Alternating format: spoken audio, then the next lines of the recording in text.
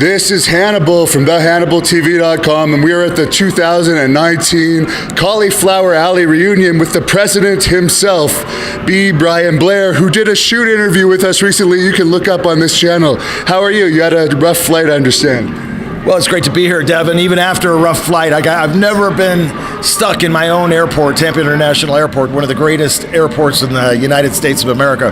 Missed my plane for a minute, and I was stuck in the airport for 9 hours, but that's the way it goes. We're here at the Cauliflower Alley Club. There's a lot of stuff happening. People are excited. I'm seeing people from all over the world right now.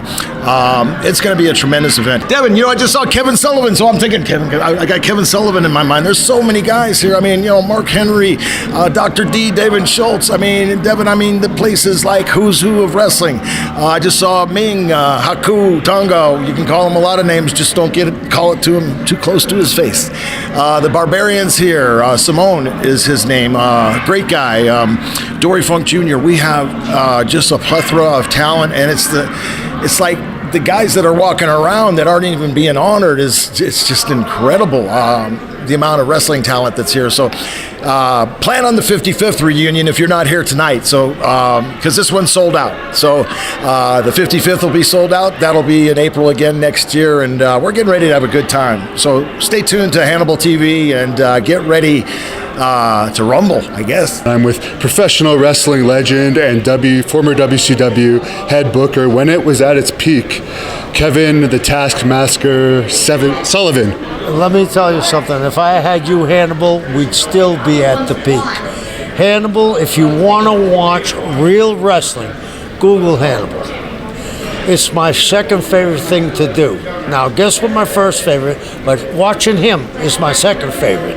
This guy has set boundaries that go back in time when wrestling was wrestling. Hannibal, thank you for keeping the sport of wrestling wrestling. Well, hopefully one of these days, one of the bigger promotions will give me a shot before it gets too late so I can prove that to a larger audience. The only reason why you're not getting a shot, they're afraid you're going to beat the guys up. I actually believe that too in a lot of cases. I recently had a New Japan camp that I attended, and I destroyed everyone in the grappling. But for some reason, I didn't get the call back, so I believe that is they are afraid of us. But what does the Cauliflower Alley Club mean to you? That's why we're here today. Cauliflower Alley Club means to me, when I was a kid, I remember Mike Mazurki, hearing who he was. I remember him from the movies. I was lucky enough as a 18-year-old kid to be in a six-man tag match with Lou Thesz. And to be with Lou was a compliment. The great Danny Hodger, wrestler from the NWA junior heavyweight title. I've wrestled Briscoe, I wrestled Funk, I wrestled them all. This is the lineage that kept wrestling that you do alive. So let's support Cauliflower Alley Club, and let's support Hannibal's network. And we are having a backstage interview right now with former WWE superstar, current Lucha Underground commentator, and I guess senior citizen attacker, Matt Striker. Come on, he attacked me. That was a hell of a match. You actually bloodied the guy. Yeah, right away, the first thing you get is a good old, let's say, the red means green. I saw that old Rock Riddle was busted up and felt like I was back in Florida in the 70s, just waiting for Dusty or Eddie Graham to show up. What are you up to these days other than Lucha Underground? You're obviously still getting in the ring. Yeah, so I started working in the fantasy baseball industry. I have my own radio show called the Fantasy Baseball Hour with Matt Striker. It's on the Fantasy Sports Network. Going to be working with XM Sirius Radio and MLB Network hopefully in the future. So just taking my passions for sports and just moving into different realms. No more teaching, that was over and done with? No, actually, I went back to graduate school, and that's a lesson to everybody out there. You're never too old to go back and do the things that you know are going to benefit you when you move on in life. So I went back to graduate school to get another degree, so if all else fails, I can always go back to the classroom. What about AEW? You're still a young guy, and that's a new company. I'm sure you've had some contact with Cody Rhodes over the years. Oh, sure. Cody, Matt, Nick, Kenny, and I, we all get along really well, and I think that what they're doing for professional wrestling is great because it's getting people talking and it's making people excited, and I think there is room for an alternative, an AEW, Impact, MLW, Ring of Honor, New Japan. The space is there, it's filling up quickly, and the fans are going to be the ones that win. Excellent. And where can people follow you if they want to search you up? You can check me out on Twitter at Matt_Striker_. On Instagram, Real Matt Striker. If you're into fantasy baseball, follow me. We can talk some baseball. I like music. I like wrestling. And if you want to follow me, I'm going that way right now. I'm with Rip Rogers. Do you want to explain the shirt you're wearing? What the fuck is it? I can't see. Can I cuss on this son of a bitch? I'll bleep it out, but yeah. Okay, well, that's fancy, and I got fancy, so I got the free t-shirt on, I got the t-shirt underneath that, the t-shirt underneath that, so I got 3 t-shirts on. The reason I got 3 t-shirts on, because I flew out here to Cauliflower Alley, and every time I'm on the goddamn airplane, they lose shit, so I just got my fanny pack, my regular clothes, and I'm going to train 3 hours every day, and I might stink a little bit, but what the hell, right? And you're good friends with the Poffo family over numerous years. You wrestled for their company. I assume that you watched the Vice documentary on Randy and Elizabeth? No, I didn't watch it. I haven't watched TV in over 3 years. Really? No, I don't watch any TV, and I'll get stuff on my phone is how I keep up with the wrestling business. I don't follow politics, don't give a rat's ass, don't give a shit. And I know I lived with Randy for 4 years, so I probably know him better than anybody in this world besides his family. And I know the stuff that's going to be TV, some of it's going to be true, some of it's going to be not so true. And I don't want to see anything that's not so true, and I get upset about it. Because Randy, at one time, he was like my best friend. He was my mentor. He taught me almost everything I know about this business.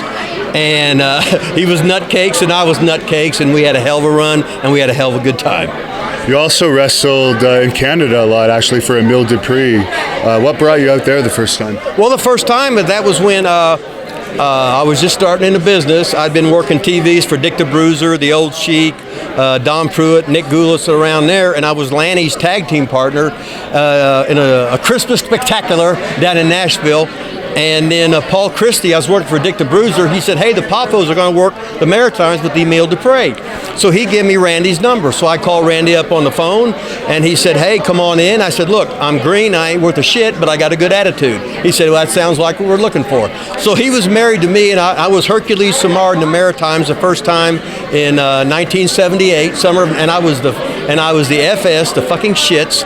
And he would carry me 40 minutes every night, and I could not do anything. And I was the worst talent in the history of pro wrestling today. So that just shows if you keep at it, you get some good guys to help you, to work with you, to mentor you, you can eventually become pretty good.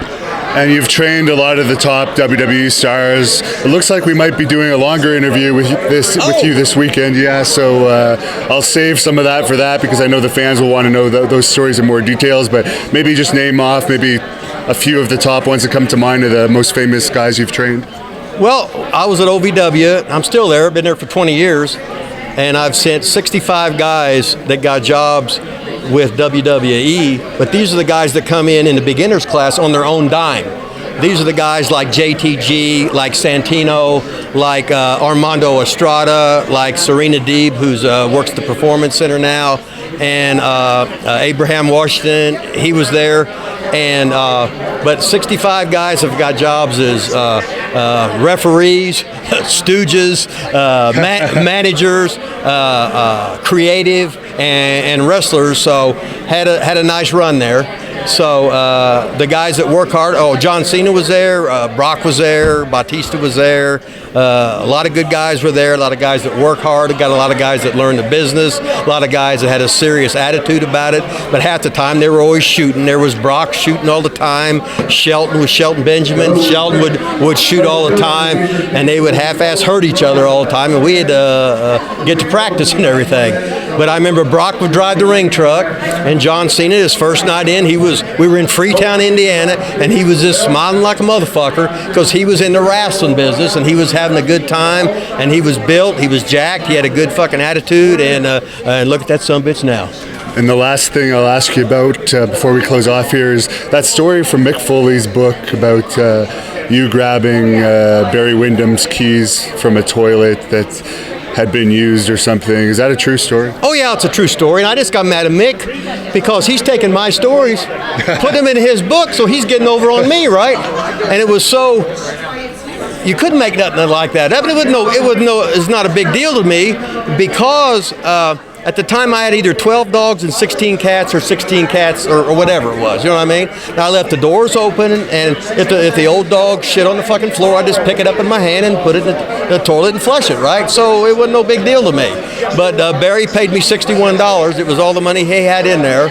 But the story is all true, and yes, I'm guilty as charged. And you're on Twitter. Do you want to share that with us? Oh, hell yeah. Hustler2754. You can hear my old ideas. Wrestling still works. Mountain Dew still works. And Colonel Sanders still works. And the wheel still works. So quit trying to change wrestling. Just give us good guy, bad guy of old style wrestling. Just sell and come back. And I'm with former WWE official Tim White, who many of you may or may not know was a close friend to Andre the Giant, who's a popular subject on this channel. What's your favorite Andre the Giant memory?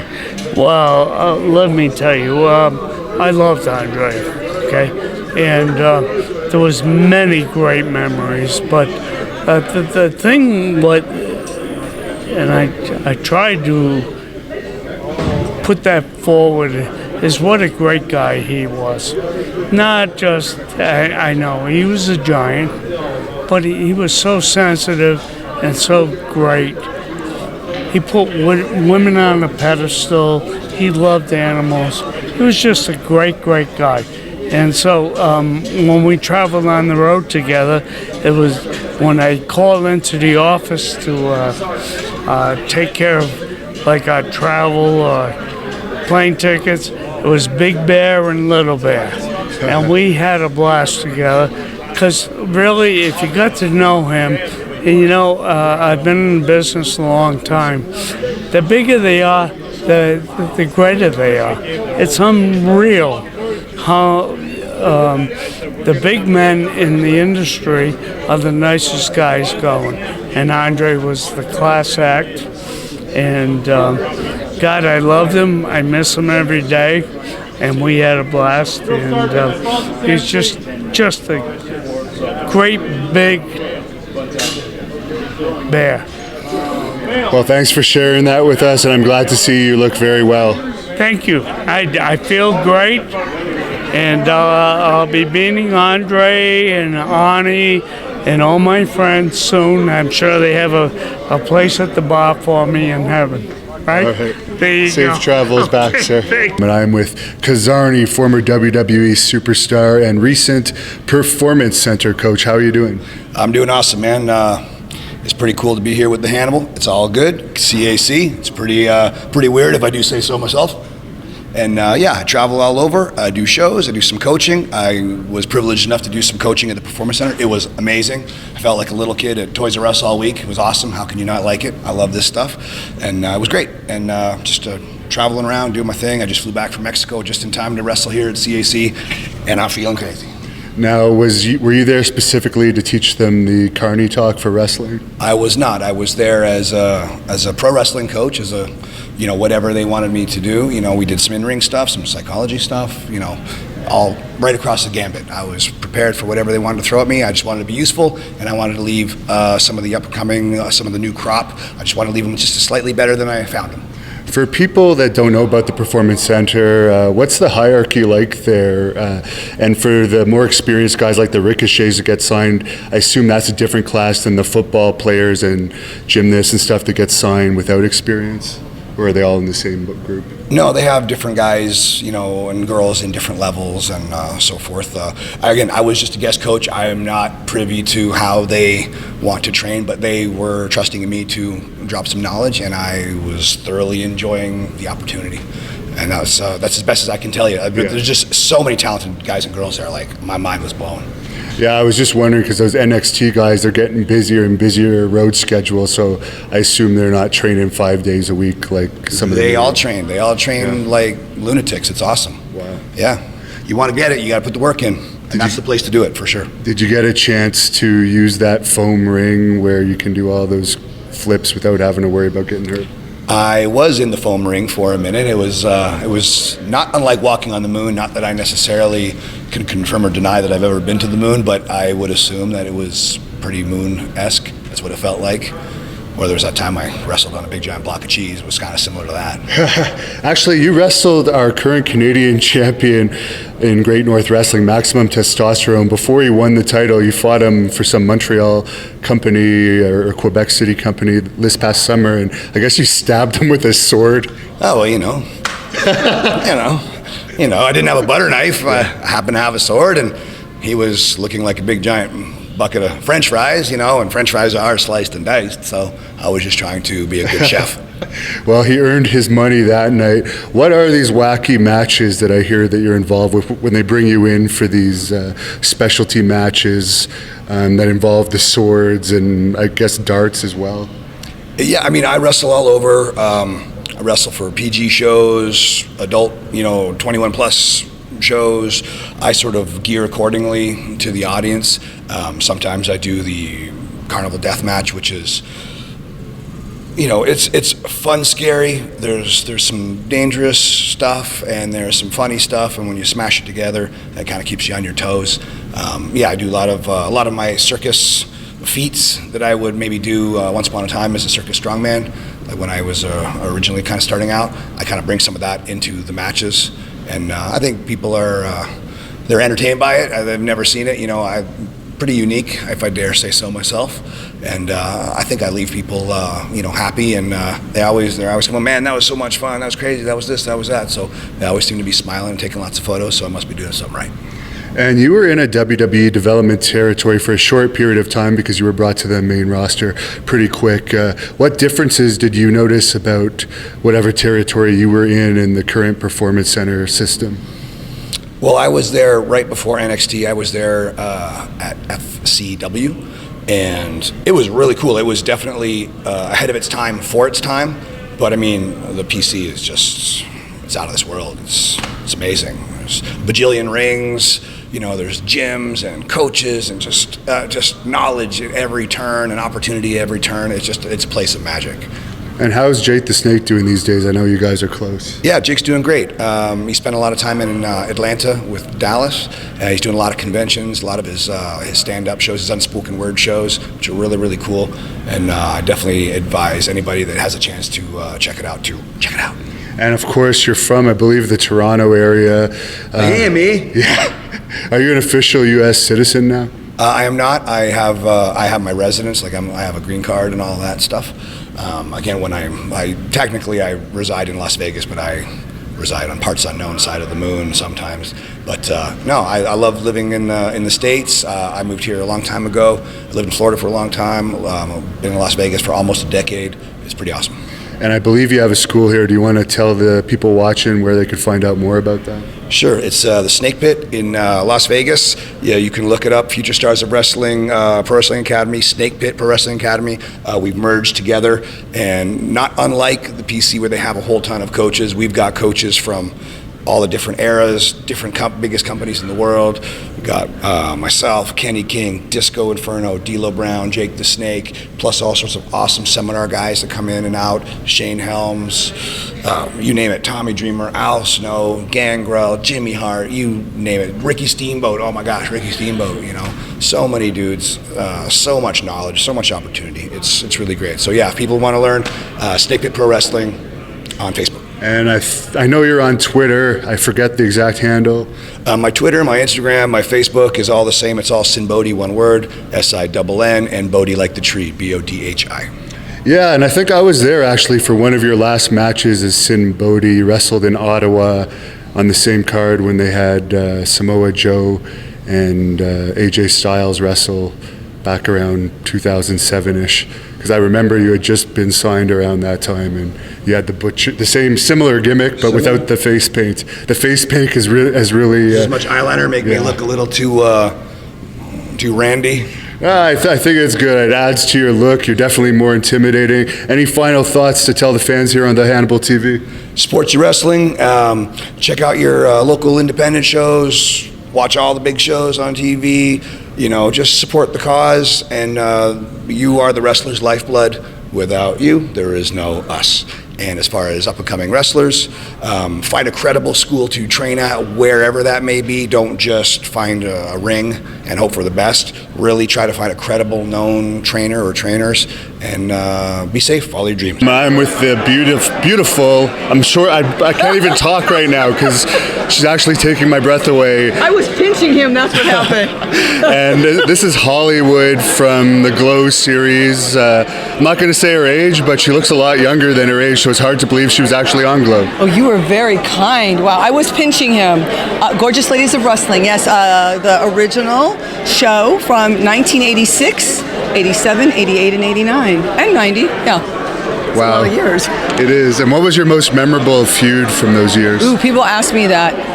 You know what? All the matches that I did with the Farmer's Daughter, the first Farmer's Daughter, are the most memorable only because her and I went to the same high school.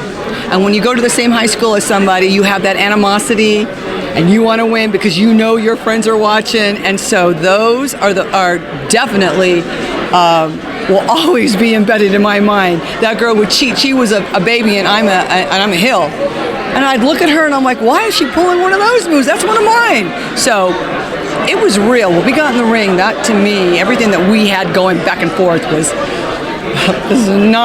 it was real. It was, I don't want to use the word choreographed or anything, but man, she did not like me and I didn't care for her. That was back then. Yeah. Yeah. Is there still a Glow cruise happening? At one point there was some talk of it. Yeah. I'm going to tell you. Oh, thank you for asking. There is a Glow cruise, and here it is here. It's 7 unforgettable nights. It's going to be out of Long Beach on a Carnival cruise. It's September 7th through the 14th. We're going to go to Mazatlan, Puerto Vallarta, and Cabo San Lucas. So if anyone's interested in that, you can get a hold of us. We have a website called originalglowgirls.com, originalglowgirls.com. And I have a Twitter, which is Glow Hollywood, and you can find out all that info there. So they'll be able to look at you in a bikini pretty much for all those days if they go. If they want to, yes. Because who can't go on the beach without a bikini? Exactly. And speaking of your abs, I've seen you doing some plank videos. You watch those, huh? I've seen a few of them. You know what? I need to do more planks, but you know what? Even if you can do like 5 minutes of plank, that's okay. I try to do 2 minutes, 30 seconds this way, obliques the other side. You know, come on, look at you. Yeah, they're getting there, but they're not like yours. Yeah, are you doing them with me? Maybe I should. Join me for sure. I don't know if I'd want to. Oh, come on. We could do a competition. Exactly. I don't know if I'd want to Should lose we do them that. now? No. See, he's afraid we can't do them now. Give me some time to train for that, and maybe I'll do a Skype competition. Okay, let's do it. I would love that. All right, you're on. Sounds good. So she is on Facebook as well. She's still wrestling too. Yes, I still wrestle. The last things I did was with the NWA, with Billy Corgan and David Lagana. I assist actually Josephus, and personally, sorry, Cheryl and I, Lightning, might be doing some tag teaming. So beware for that. I mean, we've been doing this for a while, obviously, but we can still get in the ring and duke it out with the best of them. Would you ever do intergender matches? Yes, I knew you were going to say that to me. Come on. I would love that. I think those would be so fun. You know why? We did something, Cheryl and I did something many years ago. Gene LaBelle, are you familiar with Gene LaBelle? Yeah, the LA. So we took his classes. The judo classes? Yeah, those classes. And I'm telling you, I did not want to do my competition or my training with the women. I went straight looking for the men, and so that I could get better. So, you know, that's the best because men are stronger, and those were the classes that we took many years ago. Of course, then I broke my leg, and I couldn't do that. But I'm all healed up, and I'm ready to go. Well, that may have to happen in our wrestling company, Great North Wrestling, because we recently posted an intergender match that has over 1 million hits, so it's definitely becoming it's popular. very popular, and I think that's something that everyone should do. I'm in. Exactly. I wouldn't be able to have one of those with you. You're too attractive. I couldn't have you. That would be my vice right there. See? That would be, I'd be all like this, and then I'd just go straight in. Oh, yeah, that's your whole technique. Yes, that is. Right. Well, it's a pleasure hearing from you again. You and too. Glad that you're looking great still. So you're looking amazing. You're putting some of those younger ladies to shame. Oh, well, it's all about diet, exercise, eating right, drinking, no smoking. Not drinking water. That's it. Thank you so much. I'm backstage at the wrestling event here at the Cauliflower Alley Club 2019 with the quintessential stud muffin, Joel Gertner. How are you doing today? I'm doing pretty good. Thank you. You had a long flight to get here, I imagine. It was long, but uneventful, and yeah, now I'm just ready for my first time out here. Became a lifetime member a year or two ago, and just to be at your first reunion and be involved. I'm doing the seminar, and just really looking forward to that.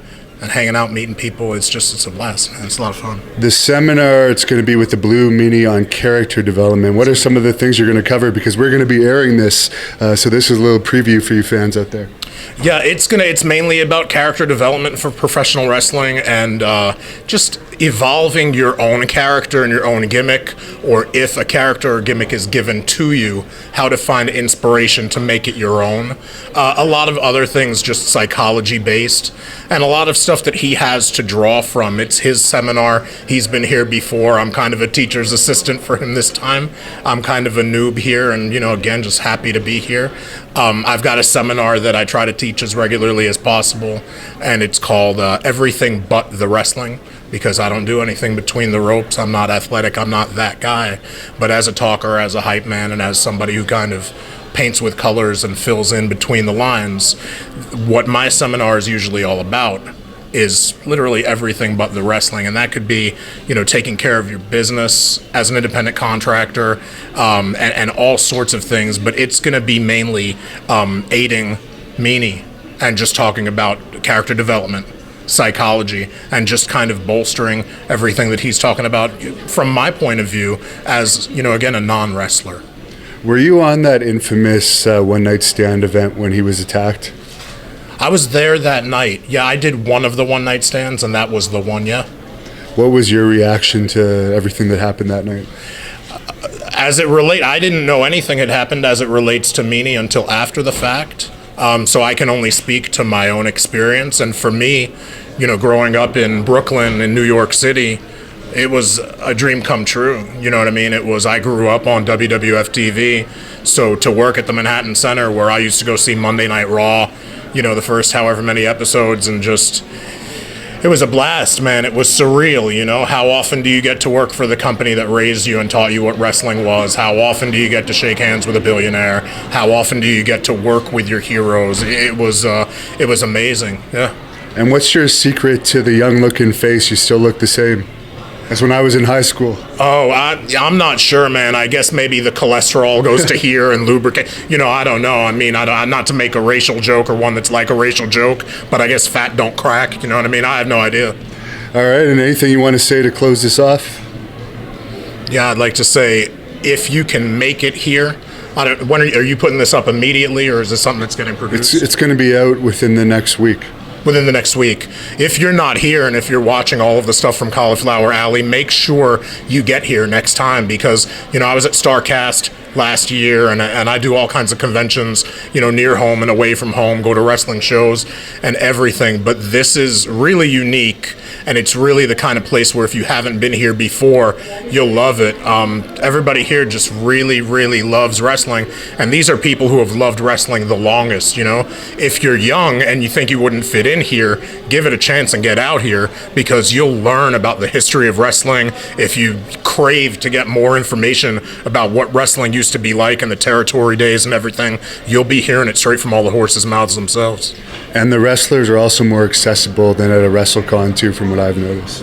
Everybody's super friendly, and it's just really, it is a fraternity vibe. It is a family vibe, and that's what this place is. Above all else, it's a charitable organization that allows wrestlers to, through the love of wrestling, just be benevolent and help wrestlers. I'm with the Blue Meanie, who we've done a full career interview with. You can look it up on the Hannibal TV.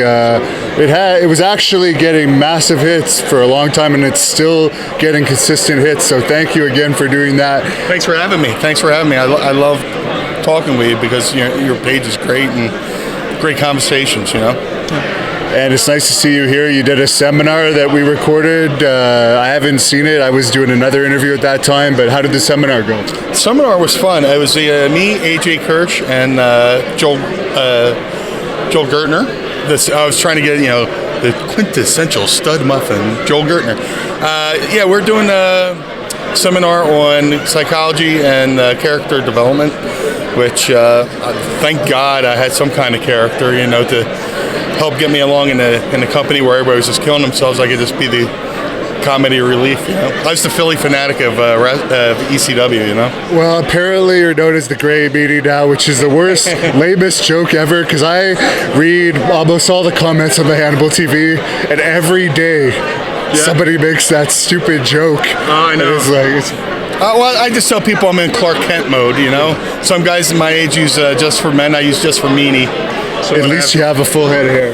Well, that's why I kind of stopped bleaching and dyeing it, because I was brushing my hair and I'm like, man, I don't want to go bald. So when it comes showtime, I do what I got to do to be blue, and then I go incognito. So okay, ladies and gentlemen. Oh man, this is bad timing. But your name came up in my interview with Val Venus, and he mentioned you had once dated a porn star. Is that true? Yes, but I don't mention her name because I'm afraid if I keep saying her name, she'll show up like Beetlejuice. So, but yeah, you know. He couldn't remember her name either, so I guess we'll never know. Yeah. That's what he wanted me to ask you. Well, here's the funny thing about Val Venus. In ECW, me and Al were watching Danny Doring wrestle at the dog track in Massachusetts. It's like Danny's got that look where he could kind of be like a sleazy kind of guy, and we're coming up with all these different ideas, and we're like, why doesn't Danny like do this like porn star character, you know? Please get everyone to find and it's finished. Oh, he can you know, name all these movies and they're like porn parody names and stuff like that. His finisher could be the money shot and all that stuff. Me and Al go pitch it to Paul Heyman. Goes, that's a great idea. 2 months later, hello, ladies. Wow. Well, thank you for clearing it up. You actually did date a porn star, but you have a great wife now, Mrs. Meanie. She's a wonderful person, but we have to shut this down because this is starting. Any final thoughts? Thanks for having me. If you're not a member of the CAC, please join. It's a good foundation. It helps wrestlers in need. Go to caulifloweralley.org and please join up, and you have a great night like we're having tonight. Ladies and gentlemen, my guests at this time are the 2019 recipients of the CAC Tag Team Award, King Haku and the Barbarian. Haku, what does this award mean to you? It means a lot. You know, your CAC is giving us this opportunity, and I believe this is the first time that we ever recognize in our industry. So we are grateful. Coming all the way from the island. I believe, with all the people who before us and come after us and the new generation, you always, this is a stand out for both of us. Feel like that they appreciate what we've done on the road. Yes. And of course the fans, we really appreciate the fans for all these things that's happening to us. It means a lot. Thank you. Barbarian? Yes, Ricky. This is the moment of the getting the award. Faces of Fear, my partner, Ming. So we are here to celebrate. And I'm thankful. Thankful to Cauliflower for recognizing us, put us on the map. And we are so exciting, a little nervous, but this is our first time here in Vegas. And it's the first time somebody will recognize us. So to put the Faces of Fear up there on the list, so we are looking forward. We are looking forward for tonight. So for the event, thank you. There you have it, ladies and gentlemen. 2019 CAC Tag Team Award recipients, Haku and the Barbarian. I'm with the beautiful Desiderata, who is wrestling tonight here at the Cauliflower Alley Reunion 2019. How are you doing tonight? Hi, Hannibal. I'm quite well. I'm very excited to be here for you guys, here for you, everyone else. I like your eye makeup. Where does that come from? It's war paint. Your war paint, okay. That's pretty cool. I once put black war paint on my face, but it didn't go over well. I got a lot of negative comments on that, so I stay away from that now. I could imagine why, because you definitely pull off this tall, dashing cowboy look a lot better than if you were to do that, so stick with that. Well, you haven't seen me in the ring yet, but speaking of the ring, where have you wrestled so far? So I've been working for 3 years. I've been around the States, predominantly on the West Coast and Southwest, some remote North Dakota territory. I got to work in Perth, Australia. Been in the UK a couple of times. Mexico, not Mexico City, but Mexicali and Tijuana. I'm not allowed in Canada, but we're working on that. So soon enough, I will prove that I'm a good citizen, not a savage. Actually, I am going to be a savage no matter what, but at least a reformed savage, so that I can go to Canada because they want me there. And I noticed we have matching eye scars. Is that from the ring as well, or where did you get yours? I got mine when I was a wild, young bucking bronco at a Slipknot concert. You're a fan of Slipknot. I wouldn't have guessed that. You actually look like an 80s rocker girl a little bit. Oh, I love 80s rock too. I like a myriad of music, don't get me wrong. I mean, there's very little music that I don't like, but I can rock out to anything.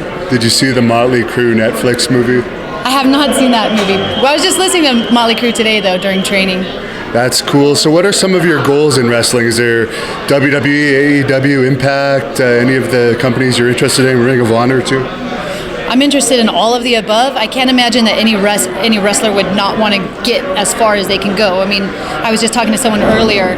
Wrestling isn't a hobby. It's like it takes way too much dedication and physical exertion to just be casual with it. So I'm 100% in it to win it. And if I can go as far as the top, that's awesome. But I'm just going to keep going as far as I can, no matter what. And where can people follow you if they want to check you out anywhere on social media? Sure. Well, my name is actually pronounced Desiderata, like you said correctly. People might know me. First guess, too. Good job. Yeah. Well, it's actually a real word that is the title of a poem that I loved since I was a kid. And what this poem expresses, I want to be able to exude as part of my persona and offer that to everyone in various ways. But you might just know me as Desiderata. If you were to Google that, you have to put wrestler, otherwise the poem comes up. So you could find Desiderata on YouTube, social media. I don't know all the handles, you could just write the name, but have to specify pro wrestler. Interesting. And is it a long poem?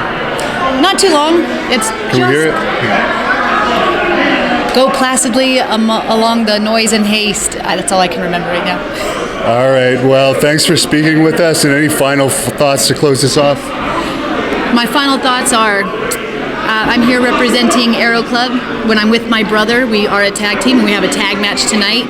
And I just want everybody to know that we are here to take back what is ours and to prove that as Indigenous people, we can still make a stand and we can still make a powerful point with our war paint or not. And we'll take on cowboys too, even meat-eating cowboys. That would be a bad decision. No. I don't do intergender matches though, so. Oh, he's scared. Maybe. Well, good luck tonight. Thank you. Malcolm. Do you know Malcolm? I've seen him around. Yeah, this is my good fan, Malcolm. Yeah. Nice to see you. So you do you want me to promo with them or something? Yeah, please do. Okay. Well, I want to Hogan because it's so loud. I'll do Randy. Yeah, when you're standing with Devin Nicholson and Harry Smith, the son of the great Davey Boy Smith of the British Bulldogs, watch out because the madness is going to run out of control. Oh, yeah. Malcolm, you're the best in the world at what you do, brother. Thank you. I'm going to acting this year. I know, you're the Rich best. Little wants me to do it, everybody. No, absolutely. This is Hannibal from the HannibalTV.com, and I'm with, in my opinion, probably the top wrestler in the world today. You should be IWGP heavyweight champion, but unfortunately, there's a lightweight guy that's the heavyweight champion. Well, thank you. Unfortunately, I don't have the pencil and eraser behind that, but I feel I should be the champion there, and hopefully with time I will get to that. But thank you for that encomium. And you're also in MLW. Yes. You have a rare opportunity to work there and in New Japan, despite their deal with Ring of Honor. Was that hard to get around? No, not really. Because I haven't really done much with Ring of Honor in the past. And again, that wasn't up to me. I wanted to do more with them, and hopefully if I could have been of a help to their company, I would have been. But they seem to want to push smaller guys and other guys, so unfortunately I don't have the pencil and eraser. I couldn't do much there. But MLW gave me the right opportunity, and of course good TV exposure. And usually their TVs are filmed on a Thursday, which helps a lot because it doesn't run into other bookings or commitments. So I could still do Ring of Honor stuff. Not that I'm completely exclusive to MLW, just it is what it is, I guess. And we just finished about 2 months worth of TV for MLW the last month, the WrestleMania weekend.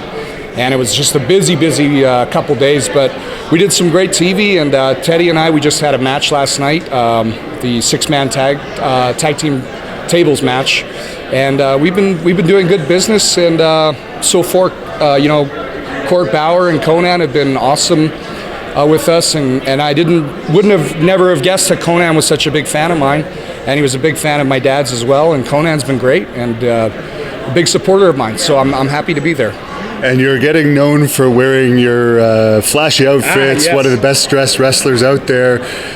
And one thing that really stood out during that unfortunate attack of your uncle Bret Hart at WrestleMania weekend, that guy ended up getting more heat than any of the wrestlers on WrestleMania. And you stood out because you were one of the people that saved Bret that night.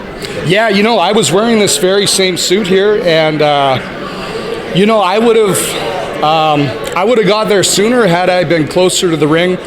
I was seated right near where the entrance is, where the guys come out. And when it had initially happened, because I'm kind of out of touch with things there, and I never know what Vince or what WWE's planning, so I thought maybe it was a work or something, or, it could have been Enzo that came out and Bret puts him in the sharpshooter. Who knows?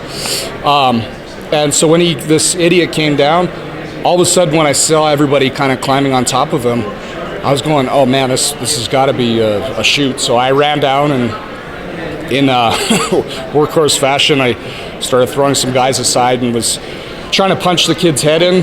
He was turtled up like this, like a pansy, and I got a few good shots. I have a ring on my finger. It's of Satoru Sayama Tiger Mask. He gave me this ring, actually. So I think I may have cut the back of his head, but I was trying to punch him pretty hard, and I would have, if I had gotten closer to him, I probably would have done something a lot worse to him, but I didn't, which is a good thing, because I wouldn't want to get into any trouble with that. Of course we don't, but I could have done something pretty nasty to him, and it was funny. Out of all of it, you couldn't quite see it, but when he was right near the exit area, we were all kind of crowded around, and I went to kick him, and Mark Carrano was in the way, and I kicked Mark Carrano in the kidney, and I apologized to him later and got him a drink, and I said, I'm sorry, Mark, about that. He goes, yeah, right. And he goes, I said, I didn't know it was you. He goes, yeah, right. If you had known it was me, you would have done it harder, probably. I started laughing, but this is a funny story, and hopefully jail's a nice place for that little idiot Zach, and hopefully he gets to spend some time in there, and he can make some friends and come up with new ways to take over the world, and color in his coloring book or whatever wackos like him do in a place like that. So I hope he does go to jail, and he deserved anything bad that happened to him that night. And I know that was during Jim Neidhart's speech. He's wrestled for Great North Wrestling. I knew him because he was hanging around when I was wrestling with you in Stampede. Any thoughts on him going in the Hall of Fame and then waiting till after he passed away? Because I know he wanted to go in before. Yeah, it's too bad, and it's I don't think it was right. I disagree with it, but I don't have the pencil and eraser, like I said, to things. But I think that Jim's, unfortunately, his health was sort of declining the last couple of years. He was getting the beginning stages of Alzheimer's, and I think that WWE should have jumped on the opportunity to have inducted him earlier on. And why they didn't, I don't know. But I think Jim, that was one of his last things he wanted to do, was to get a proper induction with Natty and Bret and everybody. But it is what it is, but hopefully Jim was there in spirit, And last question, I'm taking on one of your cousins, Ted Hart, coming up here August the 10th. I know you guys are very close. You don't want to give me too many strategies, but what's your best advice for me heading into that contest? Well, if you're going to go up against Teddy Hart like that, be prepared to, be putting in a pretty hard physical match. Ted is really, really tough, actually, too. A lot of people probably don't know, but, he had his thing with CM Punk where he beat him up. But Ted's a Golden Gloves champion boxer, and he's got a really strong grip, so be aware of that. And he doesn't have a whole lot of, I would say, skills submission-wise, but the ones that he does have are very dangerous. He's got a really strong guillotine. I remember he had a really strong ankle lock. I remember actually seeing him roll around with Ken Shamrock when he was about 16, and Ted was doing pretty good with him, So, and I think Ken had showed Ted some stuff, but Ted's a very naturally gifted athlete, so, but also be aware of him because he is unpredictable, as we all know, and he's a hell of a high flyer, but I personally would love to see the match, and I can't wait and look forward to seeing it. It's going to be a lot of fun, and you got a lot of talent, and I think that because your styles are very different, but you guys were also trained in Calgary together, I think that it's going to be really good chemistry. I'm looking forward to it, and I wish you all the best of luck in it. Thank you. We hope to have you back in Great North Wrestling too. I know your schedule is very busy, so it makes it difficult. But finally, do you want to share your social media with us so we can follow you? Absolutely. It's at DB Smith Jr. That's for my Instagram and my Twitter account.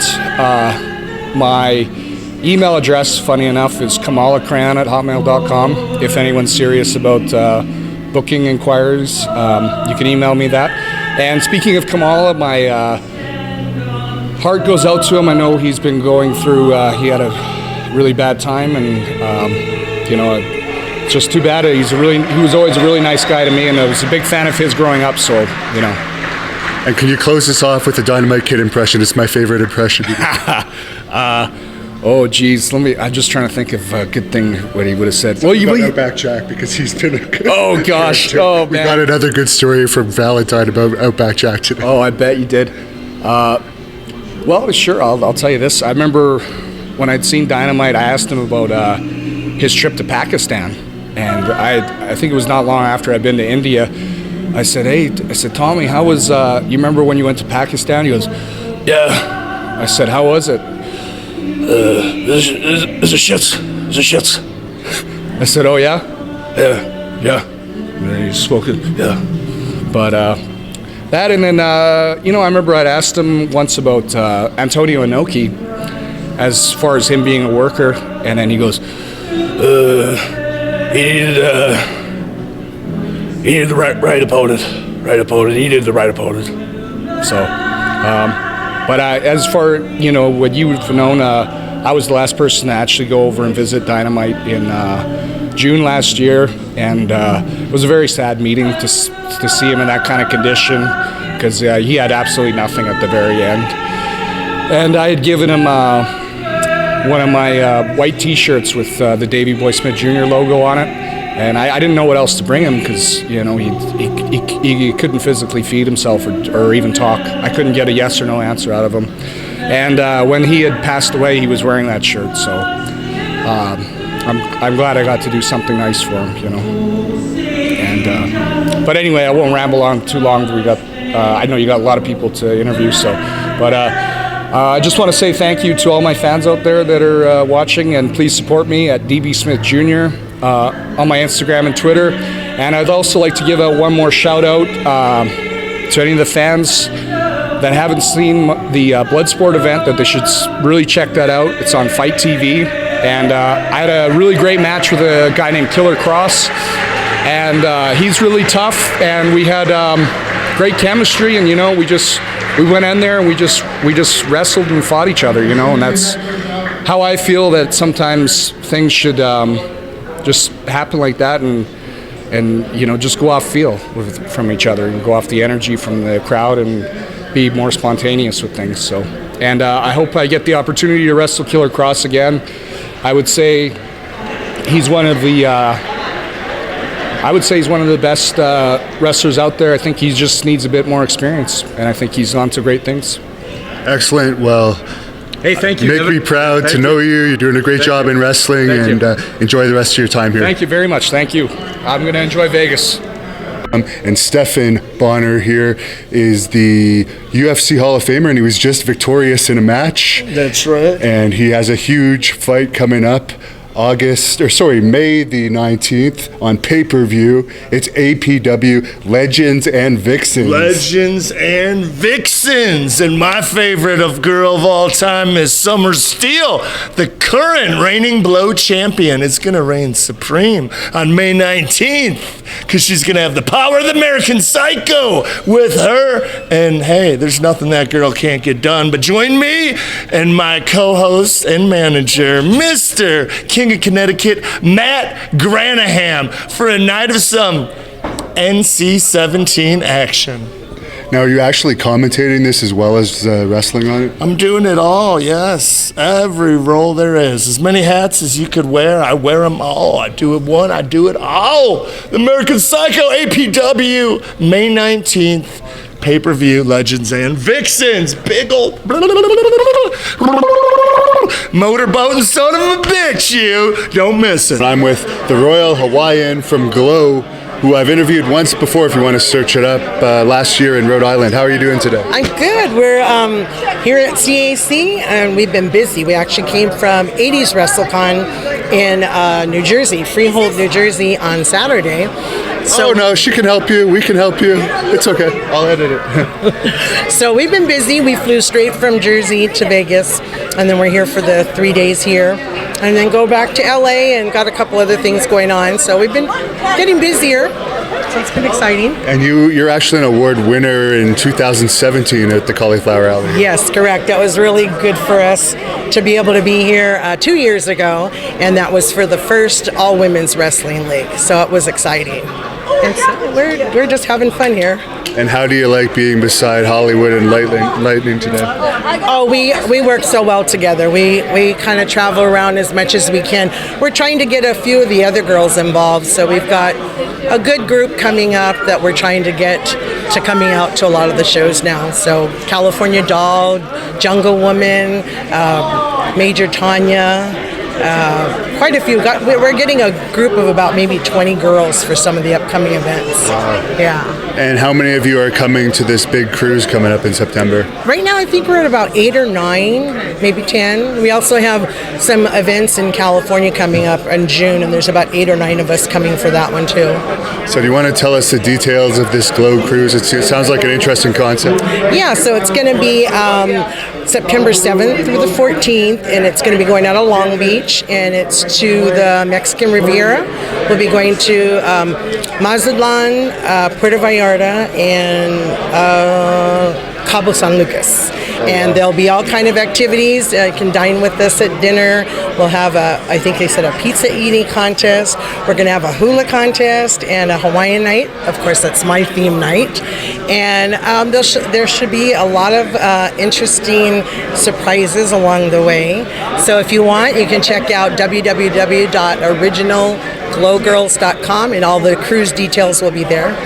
For the pizza eating contest, is it the girls doing the contest, or is this the fans? You know what? I don't know. I know originally on some of the past cruises it was the girls, but I think this one is going to be fans and girls.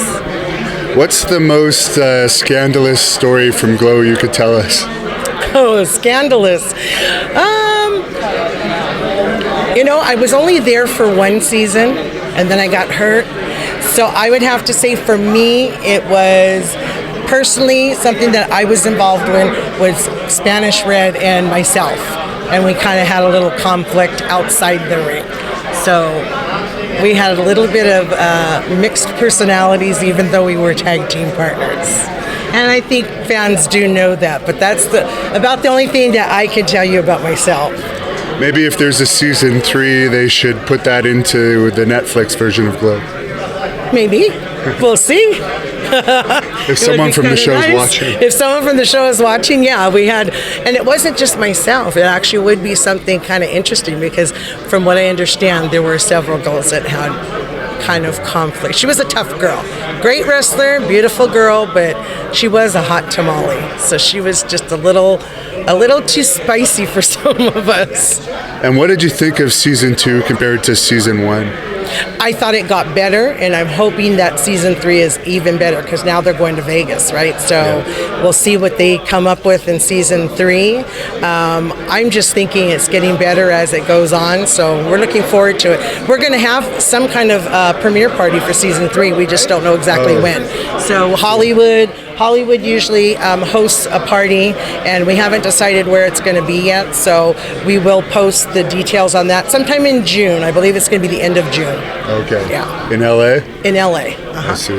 That sounds like a lot of fun. Where can people follow you on social media? Social media, under April Enriquez on Facebook, would be Royal Hawaiian 25 on Instagram, and if you go on Twitter, it would be glow_royal.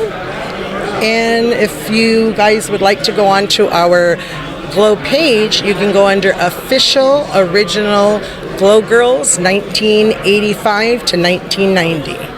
Well, I will check that out. I was a big fan of the original. I haven't got into season 2 of the Netflix. I did watch all of the season 1. I think I've watched 2.5 episodes. Maybe I'll... Well, 2 is better than 1. Yeah. So you should catch up before 3. Yeah. Maybe I'll have to. But I wish you luck the rest of the weekend here in Vegas. And nice seeing you again. Thanks a lot. Thank you so much. Aloha. And I'm with the NWA World Heavyweight Champion, Nicol Dis, who had the great honor of inducting Dory Funk Jr. With his award tonight at the Cauliflower Alley 2019 ceremony. How was it? Oh, it was a great experience. When Dory called and asked me to do it, it was a no-brainer. I came to the Cauliflower for the first time last year, and this year it was nice to be able to come and do something as meaningful as that, because, you know, a guy like Dory commands so much respect. He could have asked anyone to do that and they would have said yes. So the fact that he asked me and thought of me means a great deal. What's your favorite match of his over all of them? I think any of his matches with Jack Briscoe really are probably the best. I think there's just something about those two guys that's had impeccable chemistry, but also the match that JR referenced with Harley, you know, any of, like in that sort of early 70s period, him and Harley tore the house down everywhere. And when's your next title defense? Title defense is unclear at the moment. My next appearance will be in Chicago next week. Okay.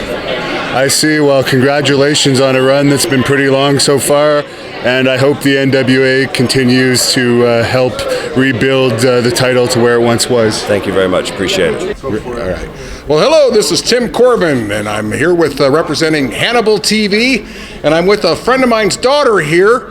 This is Jessie Bell, the daughter of Tracy Smothers, and I worked with your father many times. He's a wonderful man. And tell us, does wrestling run in your family? Absolutely, it runs in the blood. What are you doing?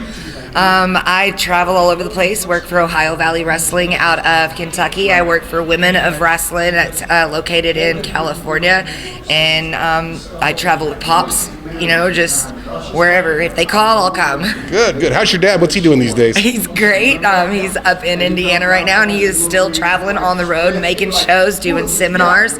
Still working out. I remember I took him to the gym a couple times. And still on it. Still doing his Tai Chi, everything. Good deal. So what lays in your near future here? You got any plans on where you're going to be wrestling anytime soon? Or? Absolutely. I'm going to be at the Velasco Theater in downtown Los Angeles. We're going to be taping the next season for Women of Wrestling. And I've got Renegade Wrestling Alliance, Ohio Valley Wrestling, all those coming up. Yeah. Wow. And you go by Jessie Bell? Jessie Bell. Jessie Bell, look her up, daughter of Tracy Smothers. And it's wonderful. I appreciate you spending a little time with us. This is Tim Corbin from Hannibal TV, signing off. Thanks a lot, Jessie. And I'm with Dr. Jerry Graham Jr., who worked with Dr. Jerry Graham in the old days of wrestling, especially around the Ohio area. It's good seeing you again, Hannibal. It's been a year, but I'm glad to see you're still in action. Definitely, and bigger and better than ever as we continue to grow. I know you're involved with various companies still, and behind the scenes and in front of the camera roles. What have you been up to in the past year? Well, the past year I resigned from the one promotion I was with right now. I'm still keeping in touch with a lot of my fellow wrestlers and friends from the old days, but I've been watching what's going on, and if I may say this, I want to say that I got no prompting from this man here whatsoever. This man should be in a top promotion in the country. I've been watching him. He's in condition. He's had some problems in the past. They've been dispelled, taken care of, and I cannot understand why any promoter in his right mind, if I was still involved in the big promotions like I used to be, this man would be in the main event. I'm saying that from my heart, No coaxing. Okay, well, maybe you should have been my manager the past few years. It sounds like you're still pretty good at putting me over, so I appreciate that. What was your favorite match in all your years of wrestling? Well, it's hard to say after 30 years of wrestling, but one that got everybody's attention was the barbed wire match we had in Toledo, where we actually wrapped the ropes in barbed wire. We didn't string it around the outside of the post like these sissies do. We put right around the ring. We in and out. It was Chris Carter and myself against against Scott Steiner and Cowboy Rex Bodie. And it was a real bloodbath, and people still talk about it. They took it off of YouTube. Scott Steiner, I guess that was when he was first starting. I started Scott Steiner. I trained Scott Steiner. I'm proud to say that. I'm proud of him, all the accomplishments he made. Scott, if you're listening, your teacher is proud of you. I've done several interviews with him, and there probably will be another one sooner than later. How was he in the ring when he started? Were people afraid to wrestle him because he was fresh out of the amateurs? I'm going to tell you, I took him in the gym. He picked up the stuff so quickly. This is a true story now. I thought they were playing a joke on me. I thought this guy already had experience. I showed him how to do this, he'd do it just right. I showed him how to do something else, he'd do it just right.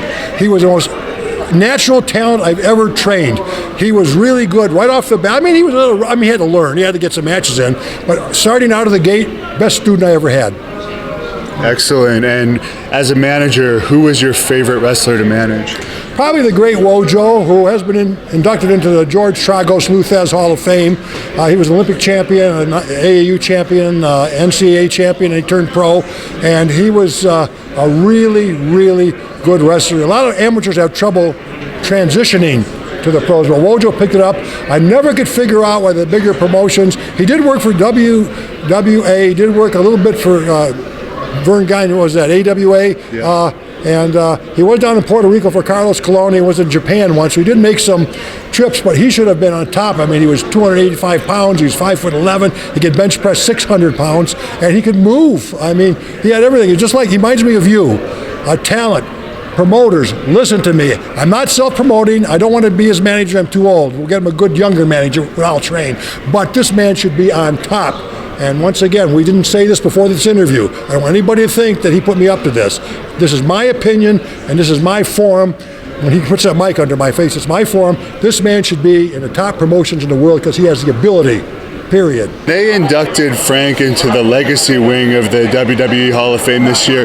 What is that exactly for those that don't know? Well, I did not even find out until the day he was being inducted. So he's in the legacy of the World Wrestling Organization Hall of Fame, but I didn't get to see it, or I didn't really know about it. Oh, they didn't invite you to, because you were in town that night. No, I was not invited and did not even know. Yeah, because you would think that would be something that they'd have to ask permission for, such as Owen Hart's widow, but that's unfortunate. I'm sorry to hear about that.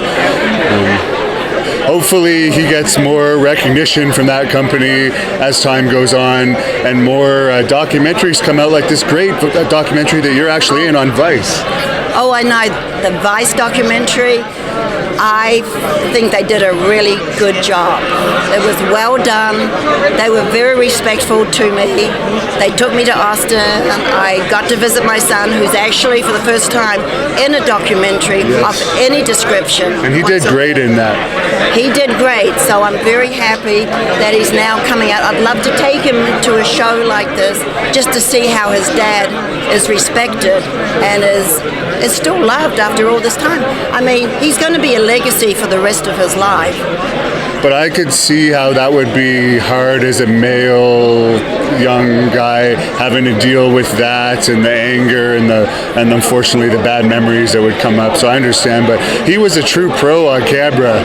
I know, and I felt when I saw it, and I was there with when he was doing the interview, I felt so sad that when he said he doesn't really have a lot of memories of his dad. He was so young when everything happened that his memories are from other people telling it.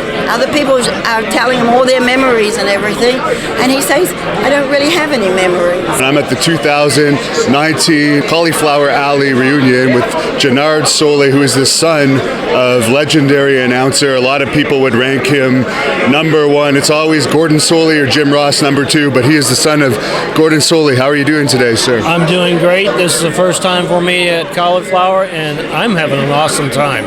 Everybody has been so friendly, and the comments that everybody's been making about my dad is just, I'm on cloud 9 right now. That he's still remembered the way he's remembered by everybody at this time. He's in a lot of different Hall of Fames. Could you name some of the Hall of Fames that he's been inducted into? I was there, I think, for his Florida Wrestling Hall of Fame induction. Well, he was in for WWE, inducted in, the Florida inducted in, the Legends Luncheon, and then the Florida Hall of Fame, the one that Barry Ross does. I donated my plaques, I think we were there last year, to the Dan Gable, so we're hoping that maybe he'll get an award. I have to say, I suggested maybe making an award, a Gordon Soley Award, for that would be a great one for community, for commentators of excellence. And I got to say, there's people like Lance Russell. There's a lot of guys out there, and if it wasn't for commentators, wrestling could be a little boring. But the commentators help to really bring it to the people and bring the storyline. And I've commentated a couple matches myself, and I understand how hard it is to be a commentator because you have to tell the story of the match, call the moves at the same time, and promote whatever events are coming up. Sometimes it's more than one event. What do you think was so special about your father as a commentator? He never knew anything that was going to go on.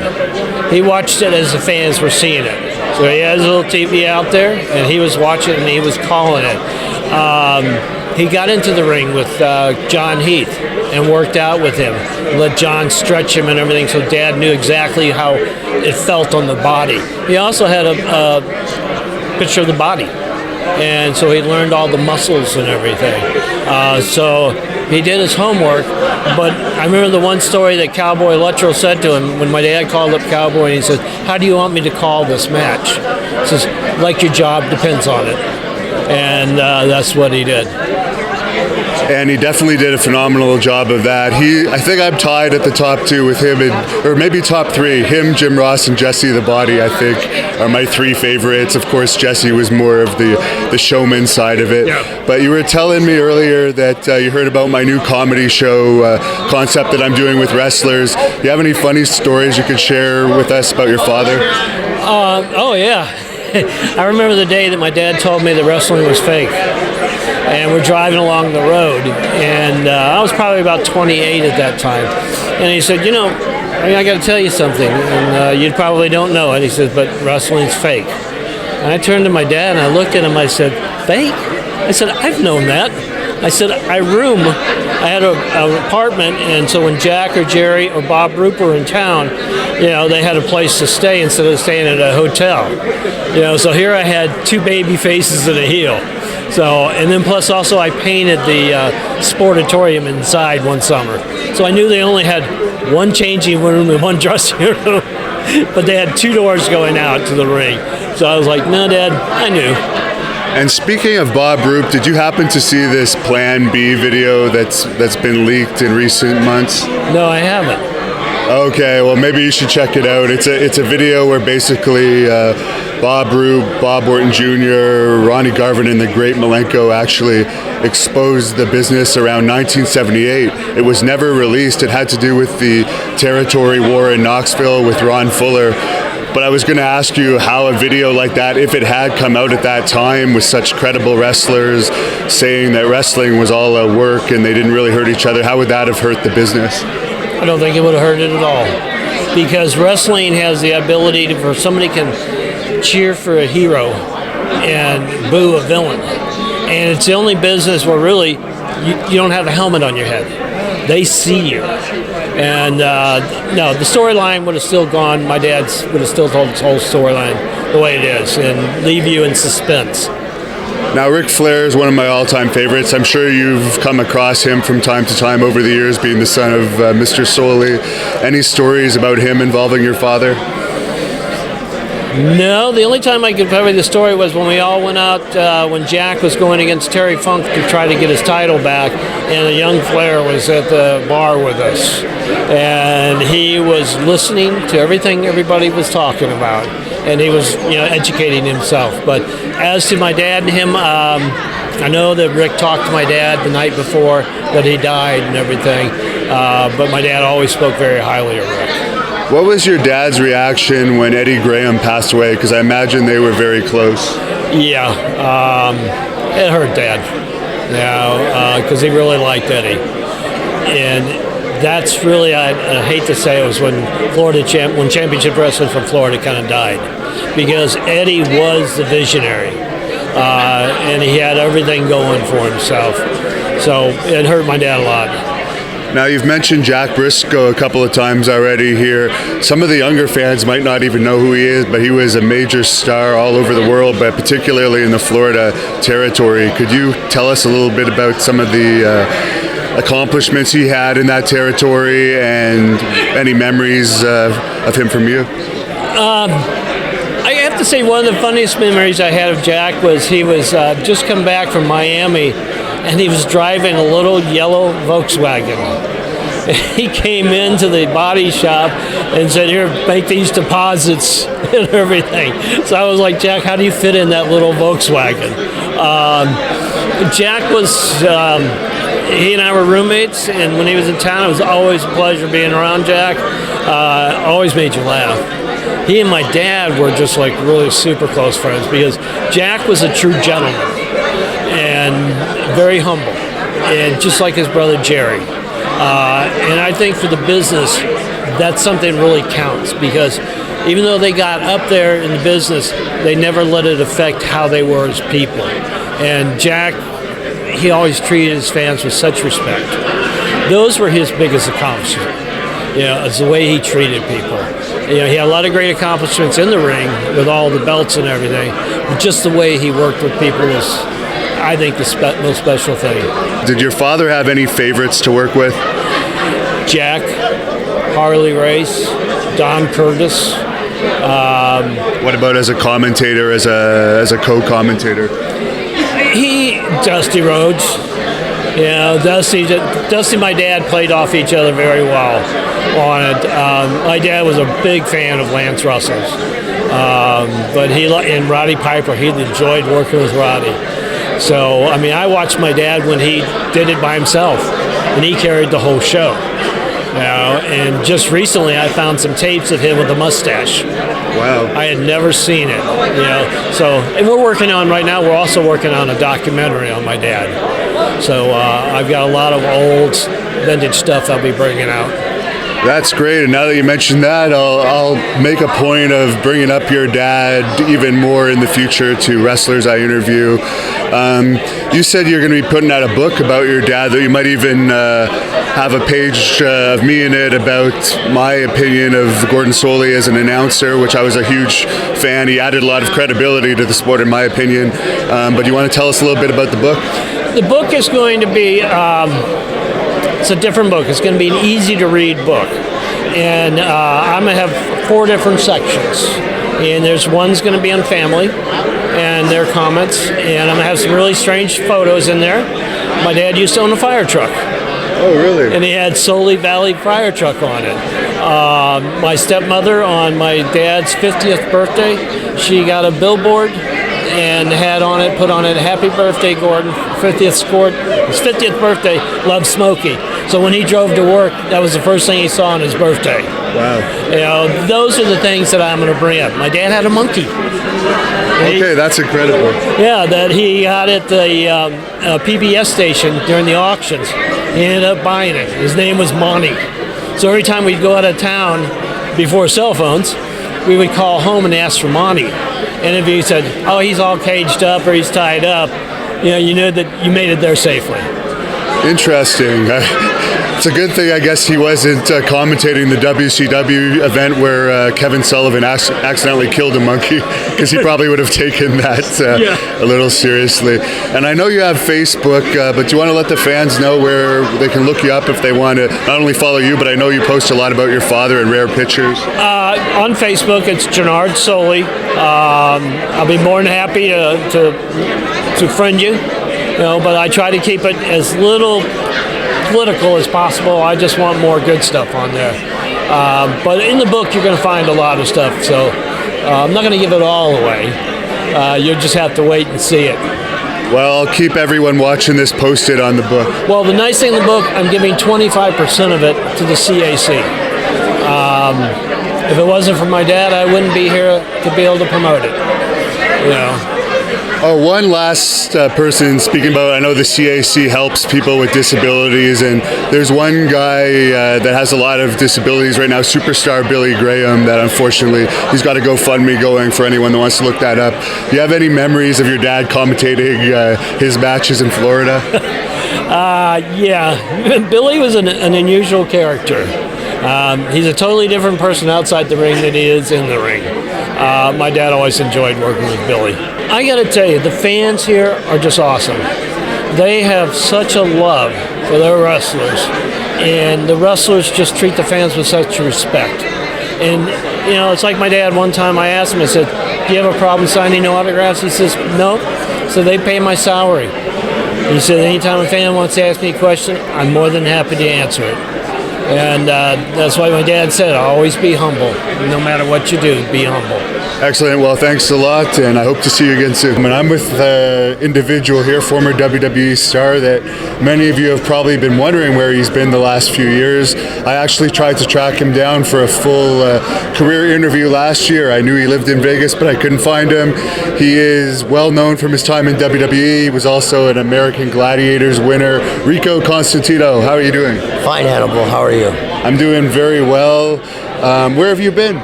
Well, for the last 3 years, I've been sick. I've been very, very sick. I had numerous conditions, blood clotting issue, vertigo issue, tinnitus, ringing in the ear, post-concussion syndrome issue. I was in bed 20 hours a day. I was on 15 prescriptions, 3 different shot therapies. Wasn't helping, and I just kind of surrendered to it and was just biding my time until good Lord took me home. So what happened to turn things around? Because you look different, but you look very healthy. What happens? January 4th, I got called by a friend who I hadn't spoke to in 4.5 years. He was just wanting to catch up, and I told him I was sick, and he couldn't believe it. He says, "Not you." I said, "Yes, I'm very sick." And he says, "We need to talk." And then we ended up meeting up, spent 3 days together, and he's a vegan. And he talked to me about vegan, and I watched 5 different documentaries. And by the end of the 5th one, I said, boom, I'm doing this juice thing, I'm going vegan. And on January 9th, I took before photos. And then on January 10th, I started, and I went 60 days. And all I had was juice. I juiced everything myself, about 16, 17 fruits and vegetables. 80% vegetables, 20% fruit. I ran around every day with a 1.25 gallon container, and every hour I drank 20 ounces of this juice. And no food at all. I followed the routines, as they said, and part of the Gerson therapy. You'll see that on the internet. That was very important and instrumental in my health change. And I was 272 pounds on January 10th. And then I went all the way down on March 12th to 204 pounds, lean. And I got back in the gym. I've been in the gym 7 weeks now, doing Monday, Wednesday, Friday. I do my little calisthenics. I've got that inversion board that I've been doing now for 3 months. I don't have numbness in my fingers anymore. My spine is straightened out. My discs, I hope, are not degenerating yet. I got to go back for MRIs to see that, because I had 2 here and 2 in my back. I couldn't walk. Blood clots were in my lungs and in my legs. I just got a report yesterday saying that the ones in my legs are gone. Totally gone. They disappeared. I may have to get this recipe from you.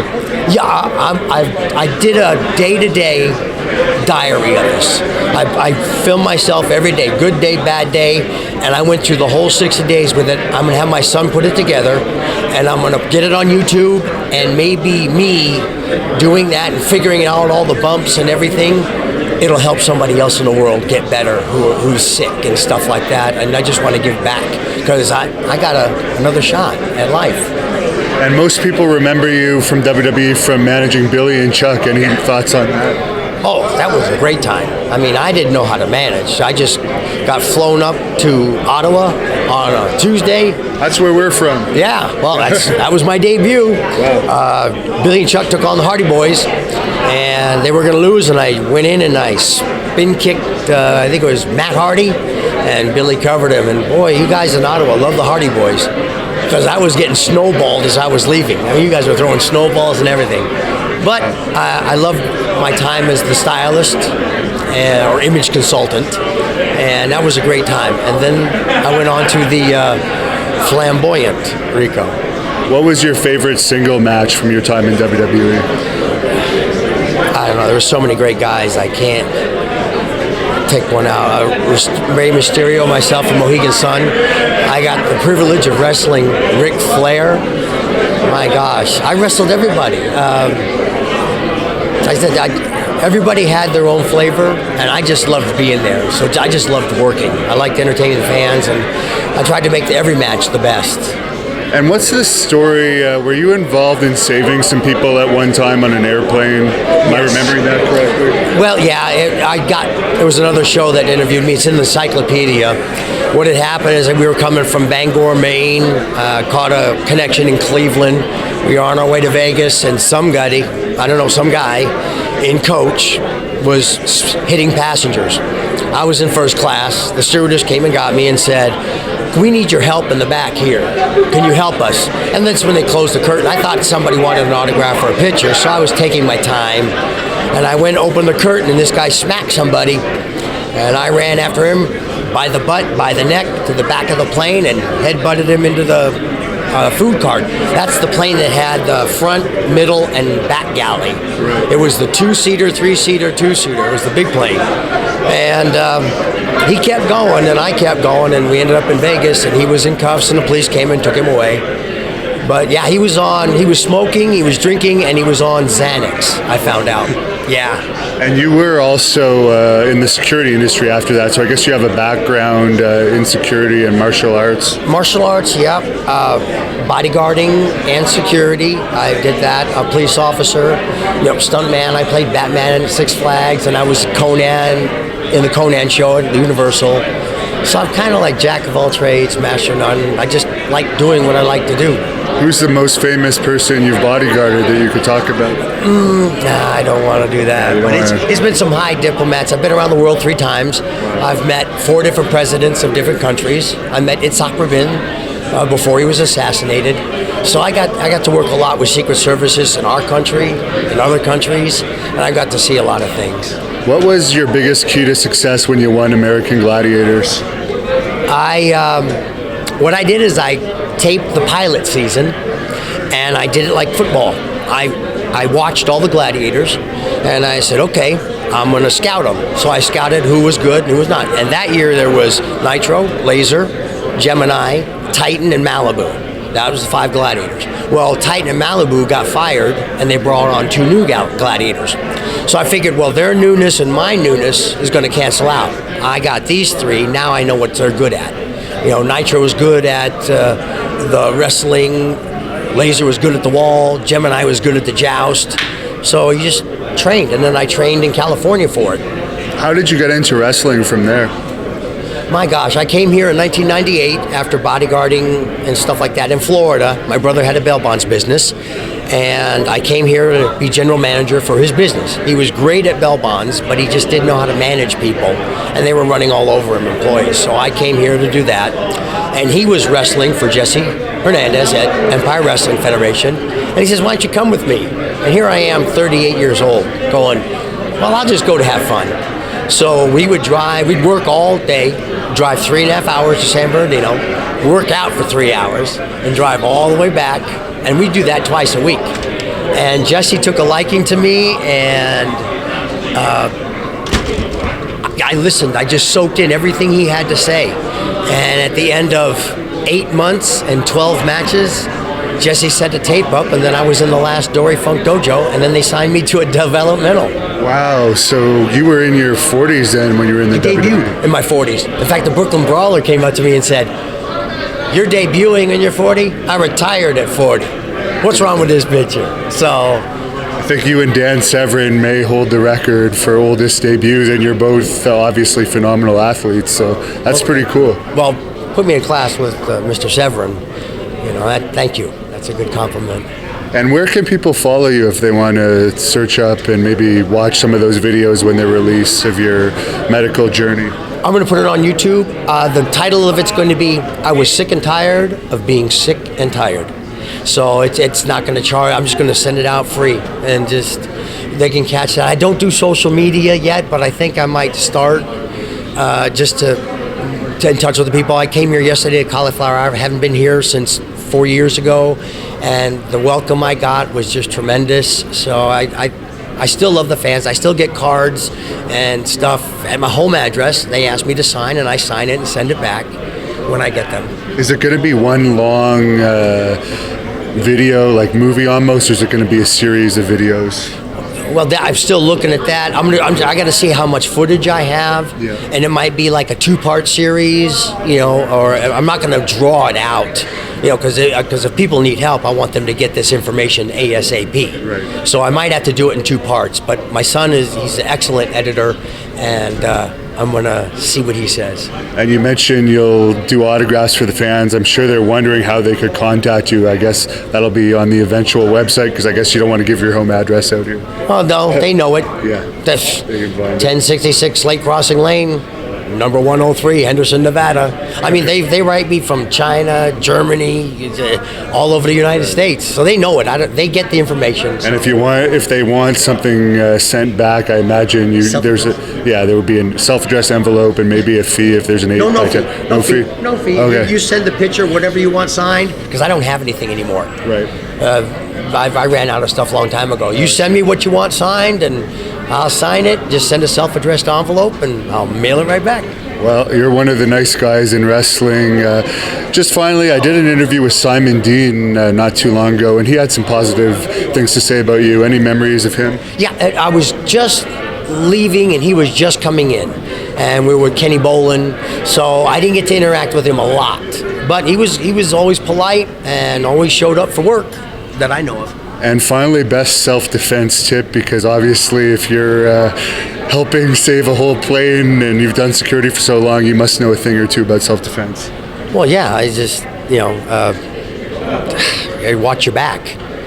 Never get comfortable with what's in front of you, because they have friends. It's always be aware of your surroundings, and that's in anything. Whether you're walking to your car, in your home, when you go close the garage, look in your side view mirror, make sure nobody slips under the door. It's just being aware of your presence and where you're at. That's it. Excellent. Well, it's great to see you. I thought you were very talented, and hopefully I'll run into you again in the future. My pleasure. Thank you so much. And I'm with longtime wrestling photographer Mike Lano here at the 2019 Cauliflower Alley reunion. How are you today? I'm doing great. Photographer for the clubs. Gosh, since 86, 87. Wrestling magazine photographer since 66. But most importantly, Dick Beyer, Dr. X the Destroyer, was the heart and soul of Cauliflower Alley. He'd been coming pretty much nearly since club founder Mike Mazurki passed away. Dick Beyer, such a tragic loss. We all loved him. But here is a guy who set television records that will never be broken in Japan, with Ricky Dozan helping Luthez and Freddie Blassie and the Duseks and the Sharps get wrestling going in Japan, which is now the greatest place in the world to have wrestling, the most sophisticated, athletic pro wrestling. Dick Beyer was all part of that.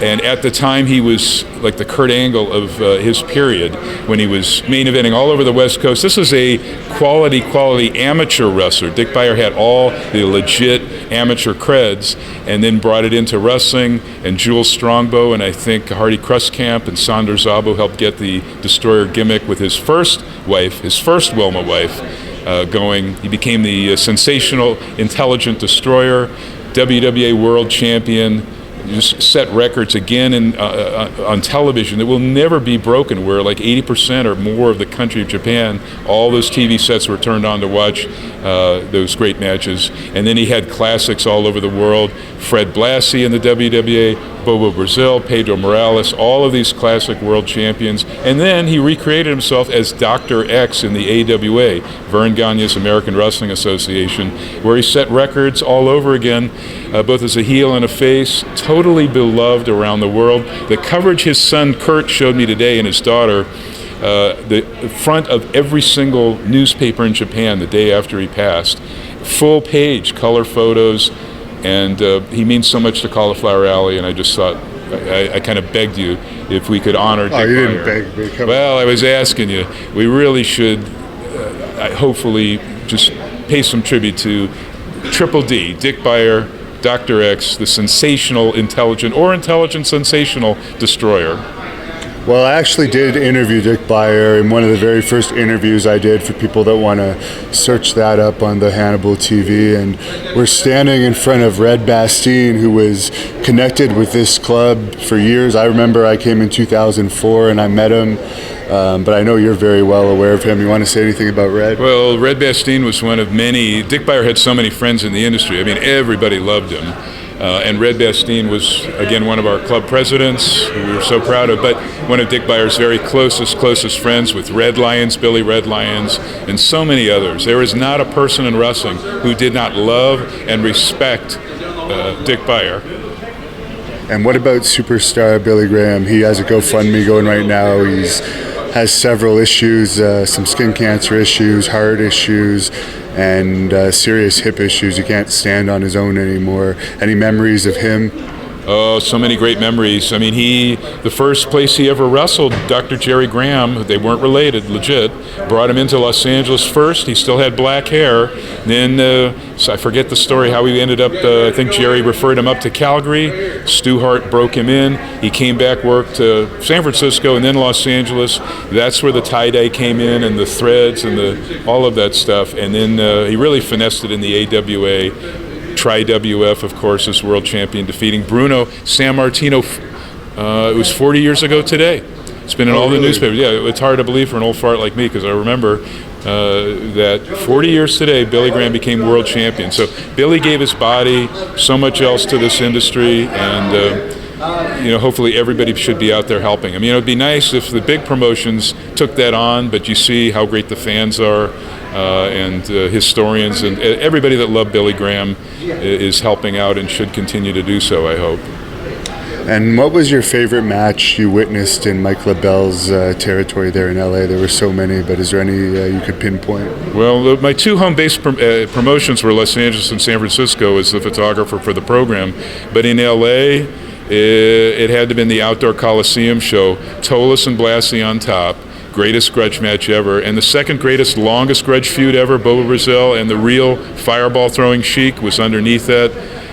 That whole card was just amazing. So it wasn't any one match, but the greatest feud, the greatest matches in Los Angeles history for me, Tolis and Blassie, Freddie Blassie and John Tolis. Fred Blassie, beloved Los Angeles babyface. And everyone loves hearing Sheik's stories of the original fireball throwing Sheik, as you call him. I'm sure you must have some. I managed a bunch of indies. Yeah, I managed him and Sabu early on, 91, 92 on the East Coast for the AWF promotion.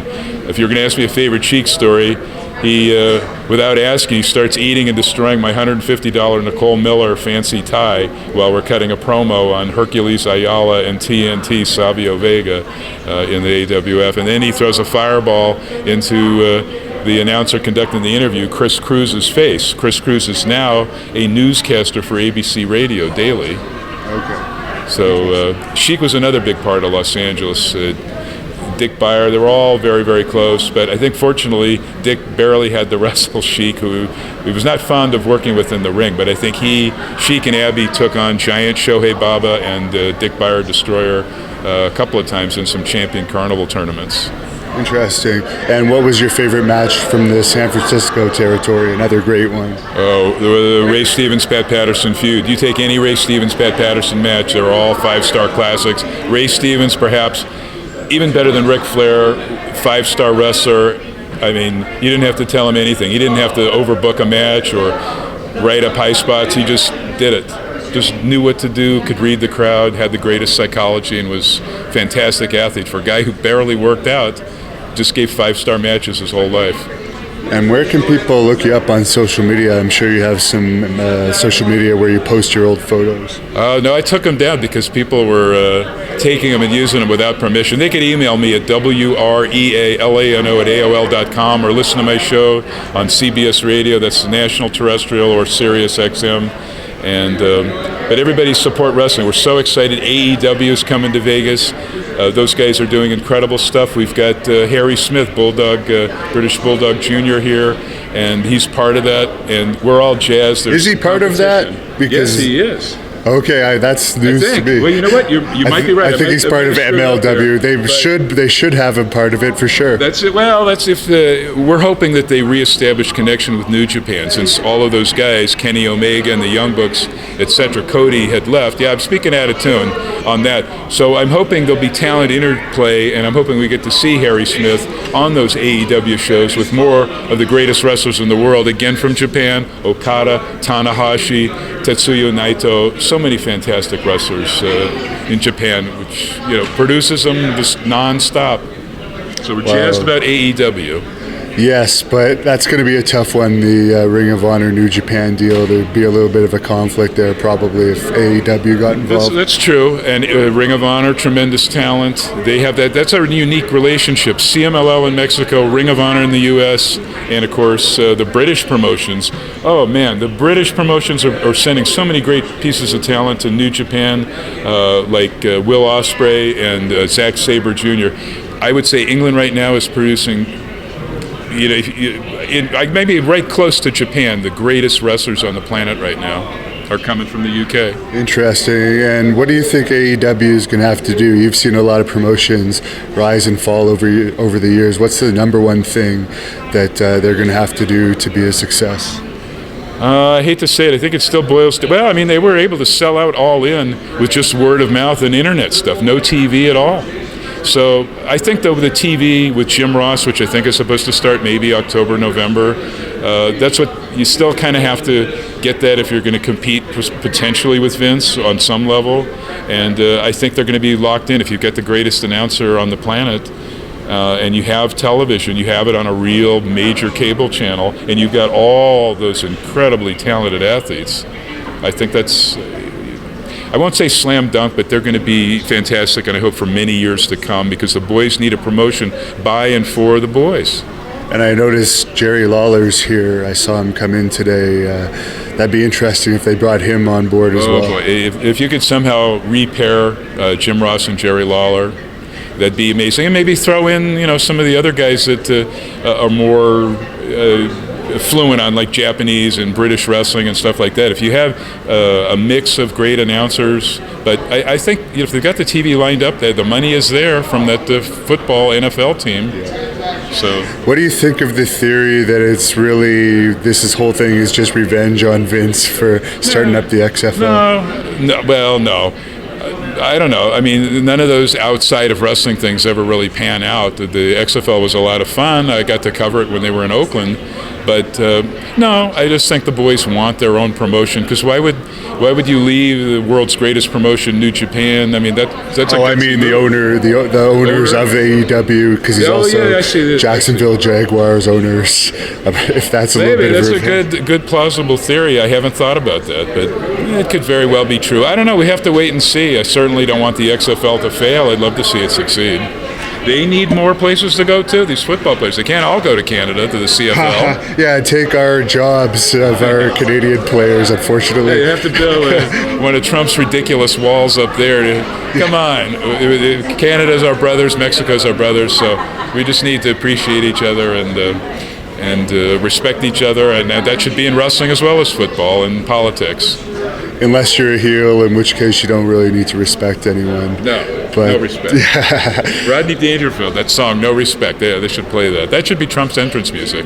Any final thoughts here on this year's Cauliflower Alley 2019? Fantastic job. we didn't know how this year would go, but more people, more surprises, all kinds of surprises. I hear Scarlett Bordeaux is coming with Kenny King, and Melina, so many first-timers. Blue Meanie's here with Joel Gertner. It's Joel's first time. They gave a fantastic session. Dr. D. David Schultz killed. Fantastic seminar. Dory Funk Jr. tomorrow, Minnesota lecture. So this one is shaping up. I say it every year. This is the greatest year ever, and this could be as well. Excellent. Well, thanks for talking to us, and enjoy the rest of the week. Domo arigato gozaimashite. And I'm with the cooker himself, Bob Cook, former World Championship Wrestling competitor, who you were one of David Penzer's top picks whenever he had to bring his crew to the TV tapings, weren't you? Well, there's reasons behind that, but we won't get into that. But yeah, I won one match on all the years I wrestled on Championship Wrestling, World Championship Wrestling. I won one match. It was against Joey Maggs, and I hurt him in the first move, and I felt really bad about it. And I actually begged Dusty not to let me win, but he said you have to. So. Did you ever wrestle Vader? No, I didn't. In Vegas, can I use language?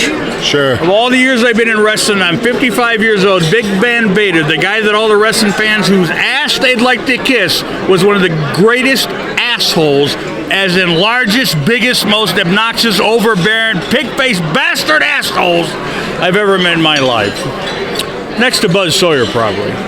How? You got to elaborate a little bit on that. Well, I can say that he hurt several guys that I know. He was constantly told to quit hurting people and he kept doing it. To me, that's an asshole. This business is a work. It's an art. When it's done correctly, there's nothing more exciting than when it's done incorrectly, you have a Van Vader who hurts people, sends them to the hospital, and doesn't even give a shit about what they think afterwards. I have a friend who was nervous about working Vader because I actually saw guys see the name on the paper, like, I'm working Vader, I'm getting out of here. My friend went to the ring, before he went to the ring, Vader said, don't worry about it, everything will be okay. He broke his nose, first move. And you can see it right on TBS, blood everywhere. That's an asshole. I could tell you the Harley Race story, but you might not want to know that. Of course I want to know. Harley Race is one of the most popular subjects on my channel. Well, you know, Harley Race, everybody loved and respected Harley Race, but they also feared him. And Big Ben Vader feared him the most. And when Vader was hurting guys and getting in trouble left and right in WCW, the reason Harley Race was his manager is because he could control them. One night after the matches, us jobbers, and I hate to use that word jobber. Enhancement talent. Blank that out. No, I like the word pro wrestler, but anyways. Well, yeah, you're putting on a show. It's your role in the script. We traveled the same roads as the stars. We stayed in the same hotels. We slept with some of the same rats. Did I just say that out loud? No, never. Anyways. We'll bleep that. Maybe not. This happened in Atlanta at the Ramada Inn at a place that we used to call the Dungeon. Same place where Sid had his altercation with Brian Pillman. And I was there that night. That was funny. But we're all sitting in our room, and all those guys would have our room doors open. Us losers, jobbers, if you like to say that, would buy our vodka at the local liquor store as cheap as possible, and we'd drink it in the room. Vader came in one night, and he said, I'll show you assholes how to drink vodka. He took our bottle of vodka, and I'm not lying, he drank the entire thing straight. Passed out on our bed. And at that time, Vader was getting in and out of trouble constantly with the office. So I call Harley Race. It's like 3 in the morning. Harley, Vader's passed out on our bed. And Harley's like, that son of a blah, blah, blah, blah, blah, blah. I'll be there in a minute. He comes in there. God is my witness, and I'm not a religious person. If I was, I wouldn't look like this.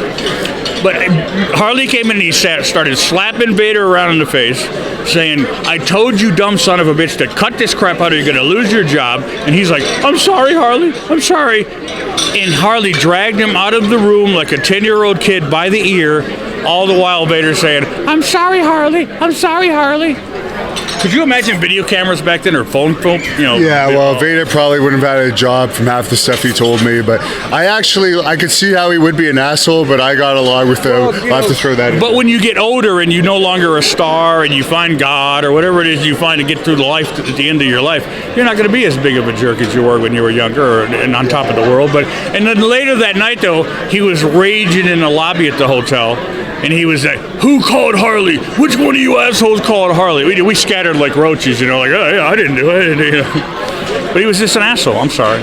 Well, you said you were there for the Sid Pillman thing, so I've got Sid's version of it. I think I got Penzer's version. I forget what Penzer said, but what's your version? Well, my version is I was with a girl who told me she was 18, and I later found out she was only 16. But that's not all my fault, because I don't check IDs when a good-looking girl wants to spend time with me. I mean, who would want to spend time with me? Even I don't want to spend time with me, and I've known me for 55 years. But anyways, that's one of the big things I remember about that night. Well, yeah, that's pretty memorable. Yeah, well, you know. Especially if she wasn't 400 pounds. Well, no, she was good looking, which was the odd part, right?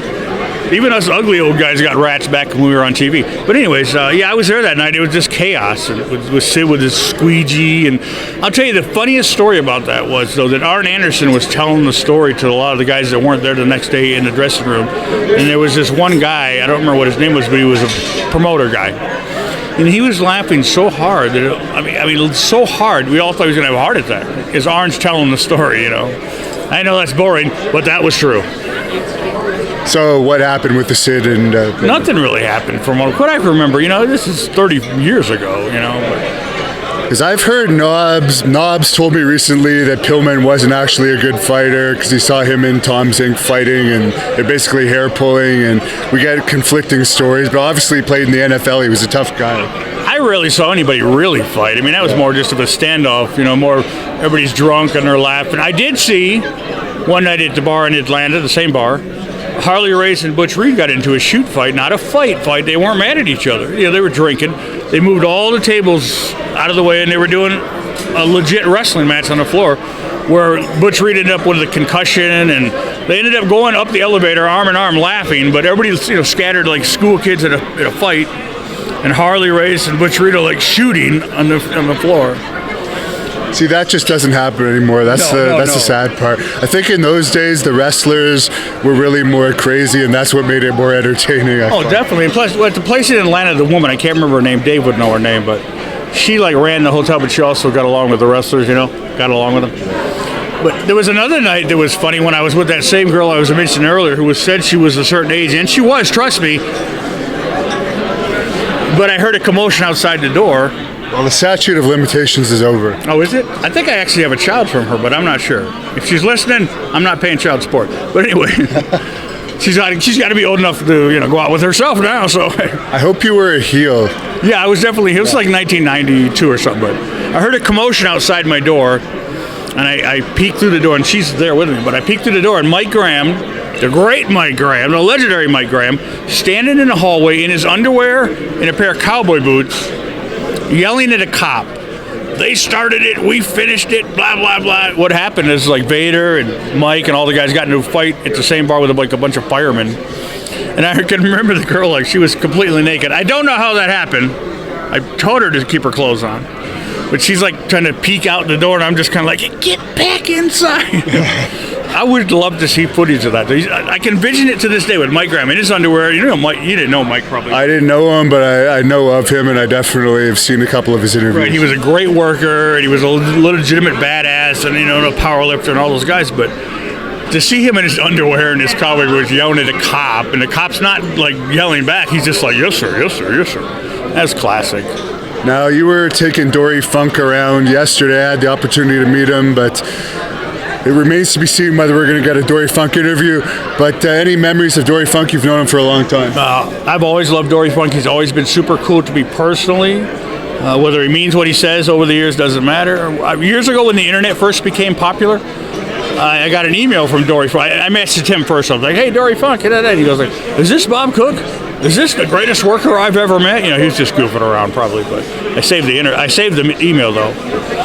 But one of my funnest matches ever with Dory was me and a guy named Jerry Gray, who was my partner in Florida wrestling back in '87. We were the Florida Tag Team Champions, the last official NWA Florida Tag Team Champions as the Mighty Yankees. And then a year later, Mike Graham and Steve Kern started Florida after Jim Crockett crapped on it and shut it down. But it was Jerry Gray and Bugsy McGraw against me and Dory at a show. It was on TV, a TV show that Jerry ran at a fairgrounds. And I played a Funk cousin. I was being billed as the Funk's cousin. And we didn't talk about anything before the match. And we just went in the ring, we did the match. You go back and watch the tape, and there's just certain things that we did that, you know, how guys just micromanage everything nowadays. I mean, like Jerry got thrown out of the ring, and he came to me, and I gave him a kick, and he spun around, and Dory knew enough to kick him again, and he spun around, and I kicked him again. It's stuff like that that just like naturally happens, and that was one of my favorite matches of all time with Dory. And Terry Funk's wife, unfortunately, just passed away. I'm sure you've probably talked to him and sent your condolences. No, actually, I haven't. I don't bother people during those times, but I love Terry Funk. Terry Funk's the reason I got in wrestling. When I first started watching wrestling in 86 or 85 in Florida, that's the reason that I got hooked. Terry Funk and Gordon Solie was like, holy crap, it was like, I thought I discovered the greatest thing, in history. I'm thinking to myself, well, why doesn't everybody love this? But he's the reason I started watching wrestling and wanted to be a wrestler. And I actually think he's the greatest actor in wrestling history. May have not made the most money, but he is an underrated actor for sure. Oh, definitely. When you think of just some of the things he's done, Roadhouse, and there's a movie he made where he goes, Mom, Can I Keep Her? You ever see that movie? Yeah, maybe I'll look it up. Yeah, it's called Mom, Can I Keep Her? He plays like a gorilla. He's like a wrangler of a gorilla. He abuses gorillas, but he's in the circus. But he wears his Terry Funk boots, the Terry Funk boots like that. The shoe boots. Right. But I've always loved Terry Funk. He's just, of all the people I watched as a young kid, he's the one who beat up more fans than anyone else. Oh, like legitimately beat them up? Yeah. Like I saw Morocco beat up guys, Sonny King, even Sir Oliver Humperdinck. But almost, I know it's exaggeration, so it's not every time. But Terry would just get people so mad in that era because they believed. And he wasn't afraid of anybody either, And he would, everybody that would try him, he would beat them up, obviously. But I couldn't think back of all the times he beat people up. It was just amazing. Just on the way to the ring, or just started being the heel, and people would jump in the ring to save the babyface, or vice versa, and he would just beat them up. I mean, we don't have heels like that anymore, unfortunately. It's kind of sad. No, and he would go right up into the crowd. There's a lot of heels that would say, hey, come on, come on, come on. And then when the guy would come at him, they'd back off. But Terry was the opposite. If you go back and watch in 1989, my favorite WCW year, when he came in, he attacked Flair, and he became the number one contender. And he got that famous interview where he brings out a guy dressed like Flair, and he says, you got a yellow streak. You might be too young for that, but...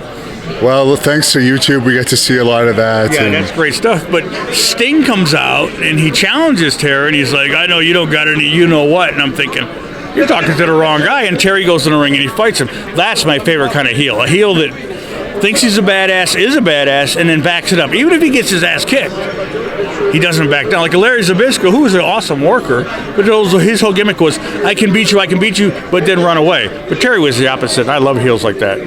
And finally, Danny Spivey. I forgot to ask him during the shoot interview the question about teaming with you, but maybe you could share with me that story. Well, the funny thing is, I didn't remember teaming with him. It was my friend Jerry. I'd looked up, you can find the results of, when Raquel Welch went to the bathroom last, let alone wrestling results from 30 years ago. When did she go to the bathroom last? Because she's still hot. I don't know. Anyways, but... there was some matches, when Florida wrestling closed, Jim Crockett, one of the biggest bug-eyed, mongoloid-looking freaks in the history of wrestling, he came in Florida wrestling and bought it out from Eddie Graham, and he promised us the world. He made us sign these contracts, and we got $50 extra because we were going to have our trading cards. So how interesting. Did you get that? I never saw the trading cards, but we got the $50. But he just really came in to buy the territory, shut it down, and use the TV stations that Florida had. But after that happened, Mike Graham and Steve Kern and Gordon Solie started it back up in '88. And I've lost track of what I was talking about. Your match with Danny Spivey. But before you get into that, if anyone has that Bob Cook trading card, email greatnorthwrestling@gmail.com with that trading card. I will send it to him. There is a Bob Cook trading card, but it's Sting's trading card. He just has me in a headlock. You don't know who I am, but I know I'm there. And yeah, sorry to digress there. Danny Spivey. Right. And I'd looked up some matches that we'd had from that era, and it turns out that me and Jerry and Danny had worked against Mike Graham, Steve Kern, and I don't remember who else in 6-man tag matches. So I know we did it because I asked Jerry. Jerry has a better memory than I do, but Danny was always just super cool to me. He comes to our Legends lunches in Tampa now and then, and he ignores me, but he's still cool to me. Yeah, I'm just kidding about that part. Did you see the pants he was wearing at the interview I did with him in New Jersey by any chance? I don't know that one. I watched the shoot interview part, but I don't know about that. I really like him, but in retrospect, after editing that match, he was wearing like these rainbow colored pants, and I really want to know what the story behind that is, but I guess I'll have to wait till next time to find out. What about the rumors that he's the voice of one of these puppets on these new Bray Wyatt interviews? Because Spivey did say there is a chance we might see him in the WWE in the future. I think that'd be cool. I mean, like I said, I've always been a supporter of Dan Spivey in his gimmick, and he's in great shape too for his age and all he's been through. He's in better shape now than when he had his Waylon Mercy run, because you got to realize when you have nothing to do but just work out, you're going to be in better shape, right? Except in some people's cases. Well, in my case, obviously, I got no job at all. I haven't had a job in 4 years. Look at me. Holy crap, I'm a mess. But you can still drop kick people. I could if I had to. If there was a hot dog and a guaranteed Mountain Dew, I could drop kick that guy right there. And speaking of fan attacks, you're talking about Terry Funk's issues with fans. Have you ever been attacked by a fan? I have. Yeah, a couple times. It was always fun, but fortunately they were slightly intoxicated, which always helped. But yeah, I always thought it was fun to beat up a fan, because as soon as they go over that railing, you can do whatever you want. And I was never a tough guy. I was never taught. When I trained with the Great Malenko, I was taught pro wrestling with some shoot moves, stretch moves, whatever, to protect yourself. But fortunately, I never got it that much. Now, I wasn't going to ask you about this, but you refreshed my memories. You trained with the Great Malenko. What were your thoughts when you saw this Plan B video that came out? Because I suspect the Great Malenko never told you about that. Yeah, I had never heard it, I've never heard about it, never saw it until now. But it's one of those things that's just done in that era when your territory's at stake against another territory. You do whatever you can to survive. Obviously, I never saw the light of day until now, but everything sees the light of day now. I'd still like to know who released it. Bob? I don't think Bob Roop would release it, but he was behind the manipulation of it, I think. But I'll see Bob Roop in like a month. He's going to be in Tampa. Yeah, I tried to ask him about it, but he was very evasive.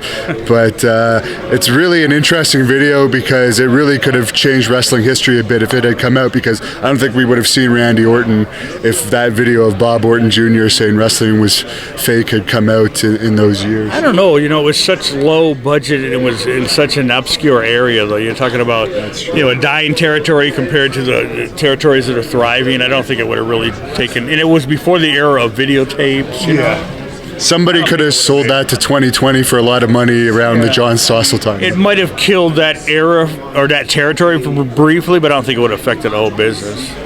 And finally, you are on Facebook, Bob Cook. You always are very opinionated on there. You don't hold anything back. Any other social media? Well, I'm on Twitter, but I only get on there when I post something on Facebook, it goes to Twitter. I'm like a magician. I don't even know it. No, I don't even do Facebook as much as I used to. I don't watch the shows anymore like I was. I've just lost interest for the first time in, since 1975? I don't watch any of the wrestling shows much. Well, I'm in the same boat. I'll only watch something if I read the news and it's something spectacular. I'll search it up. But I won't sit around and criticize it easy, because I know that all the women bust their asses week in and week out. They love what they do. It doesn't matter if it's changed. You know it's changed. I know it's changed. We don't have to like it. But the guys that are in the business today, they still love it. They still have a passion. They don't consider themselves sports entertainers. They consider themselves professional wrestlers. They just have to say they're sports entertainers. You know that's the truth. Very good. Any final thoughts to close this off? I would like to say two things. I love the Great Malenko, and I appreciate Mr. Hannibal for even taking 2 seconds of his time to talk to an old loser like me. I'm with the lovely Atta Johnson, who is the actual mother of Dwayne "The Rock" Johnson, and she's been in the wrestling business all your life, because your mother was a promoter, correct? My mother and my father were both. My father was a wrestler also, and then he retired, and they both decided to promote wrestling in Hawaii. And my dad passed away while he was doing that. My mother continued. That's what they did. We've been in the wrestling business for way over 50 years. So. And you married a wrestler, a guy that we recently did a career interview with, Rocky Johnson. You're no longer together, but what was that like going out with him? He's a WWE Hall of Famer, very successful man. Well, what was it like going out with him? He was also my father's tag team partner, so it was it was fun, should I say? Yes, certainly, yeah. Did your fathers have any issue with you dating a wrestler? He did, because that was his tag team partner, not mine. Okay. I see. And of course, your son is probably, without question, the most successful wrestler of all time. Were you concerned at all when he started to get into the wrestling business? Because Rocky said that you didn't want him in the business. At first, well, he was a football player. He was going to University of Miami, and he got to play to become a Hurricane, and very proud of that. Then he decided he wanted to wrestle. I just wasn't sure about him getting into wrestling. I knew he would be a natural because he grew up with the wrestling holes and going to wrestling. He was sitting at the ringside at the Cow Palace in San Francisco at 6 months old. So that's how long he watched wrestling. And of course came to love it. And that was a rough building, and you took the Rock. The what? The Cow Palace. I heard that was a pretty wild building. It was, yeah. It was a lot of fun. A lot of great wrestling. And that's when my dad first started wrestling, when he came to the United States at the Cow Palace for a promoter named Roy Shires. Yeah. And you were saying that you actually miss watching your son wrestle. I miss him in the ring. I've been watching him all these years, and I think he's really great at what he did. I'd love to see him come back one more time and lay the smack down on John Cena. I totally enjoyed their matches and love to see it again. But Dwayne loves what he's doing now, and he misses this business as well because this was his life. Yes. Do you have a favorite match of his? I would say his battles with Stone Cold Steve Austin were the best. They had me at the edge of my seat. Millions of other people too. And what about your favorite movie that he's done? Favorite movie? Well, obviously I love all his movies. I would say Gridiron Gang because it was very emotional. You know, it's very real. But the most favorite movie of all is coming up, Hobbs and Shaw. He happens to be Simone in it. Wow. Mm-hmm. And did you ever give him any advice over the years, because you've been around the business all your life, how to get over and so forth? No, I couldn't tell him how to get over. That was his own work with WWE. He learned a lot and was inspired at WWE. I could tell that he was going to have a great career. I only said to him that the fact that they were booing him when he first started, I said, just be patient. It'll be fine, And that was tough for him at first, but then he learned to enjoy it. And when he started to enjoy it, and he started trash talking, it kind of changed things. Yeah, it was awesome. Do you still see him a lot? Do you live in the same town? Yeah, we all live in Florida. Thank God for transportation, planes and stuff. He gets home quite a bit, but not for long. He's very busy. Usually we go to him wherever he's at. That's where we go. Does he still like your cooking the best, better than all these fancy chefs that we see on his various videos? Does he like my cooking the best? No. No. Why do you laugh? I'm just wondering. Yeah, you can smell what he's cooking, right? Yes. No, he loves his chef foods. My cooking is old-fashioned cooking, frying and all of that. Chefs cook him healthy, good meals because he's very big on health. Well, I know you said you never gave your son any advice for the ring, but what advice would you give in general to wrestlers who want to become stars from all your years in the business and seeing successful people like your son? I guess I would say pay attention to your fans, pay attention to how they react and work with that. If they're not paying any attention and they're yelling really, goofy things, it means you need to do your job better. Yeah. Well, thank you. I know you're a busy lady today. I appreciate you taking the time to speak with us. Any final thoughts for the fans?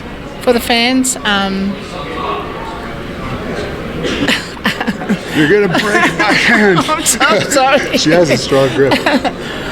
For the fans, I would say I love it that you're fans. I am the biggest wrestling fan, so I love going to wrestling. Keep on going to wrestling and supporting wrestling, and I love saying hi to all the fans. Great.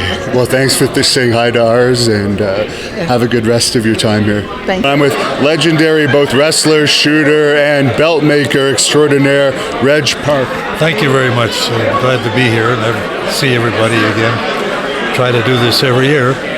Are you still making belts in 2019? I am. Everything I make now is it's like working on an antique car. I make my signature belt, my Winged Eagle bar belt, and people love it. And so we make a few of those. And also we've got all kinds of other belts.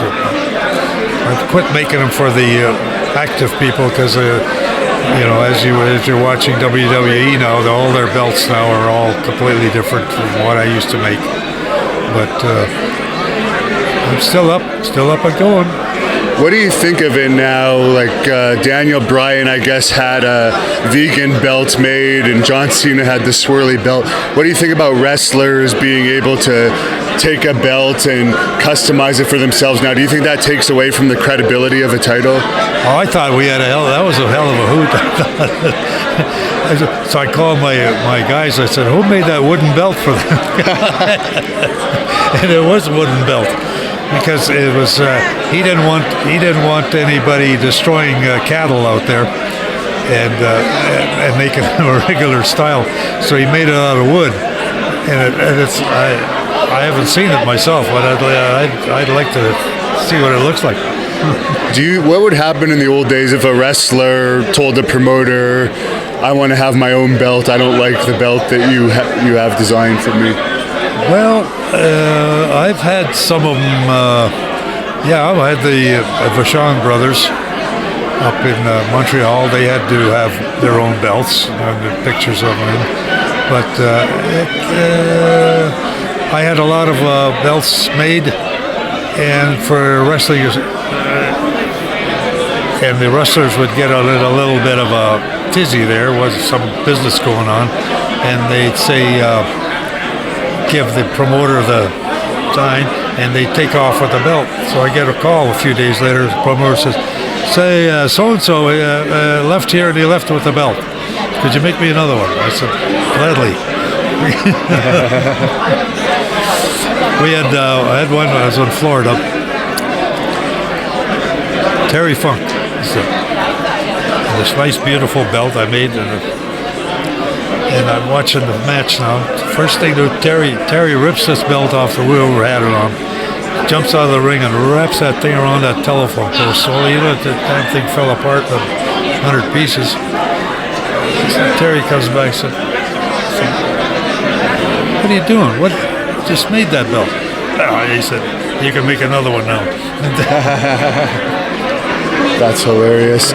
And speaking of the Vachon brothers you brought up, who would have won in a shoot between Stu Hart and Mad Dog Vachon? Well, when they were in their prime, it would have been a close match. Yeah, both of them were good. I was booked at Vancouver when I first started, and who's my opponent? Stu Hart, and he was like he actually grabs me, takes me down, and head scissors me, so my head's sticking up over here, and he boom, goes my nose, blood all over, and to imitate Stu and say, "Had a little bit tender around the top there, aren't you?" So then, and I never got invited to the dungeon. As a matter of fact, I'd stay away from there. You'd get hurt. Did you ever hear about the story of the rib Owen Hart played on Stu when he called Stu impersonating you, pretending like he wanted to challenge Stu to a fight? Oh yeah, I heard that story many times. That was quite a. It was really funny because my name and all that stuff. And he could imitate Stu. Of course, Owen. He was he was a ribber all the time. He was in England. He'd come into the ring, toilet paper hanging out of his shorts, and there were pretty people laughing. And of course, what are you laughing at? But he would be like that. He says, Stu, I think I can take you now. You know that. Get a little older, and Stu said, "You come right down here, and we'll see." He had a piece of the action in Seattle when he started me out, and then he sent me out to Seattle for my first territory that I was in. But he said, "No, let me put this guy down."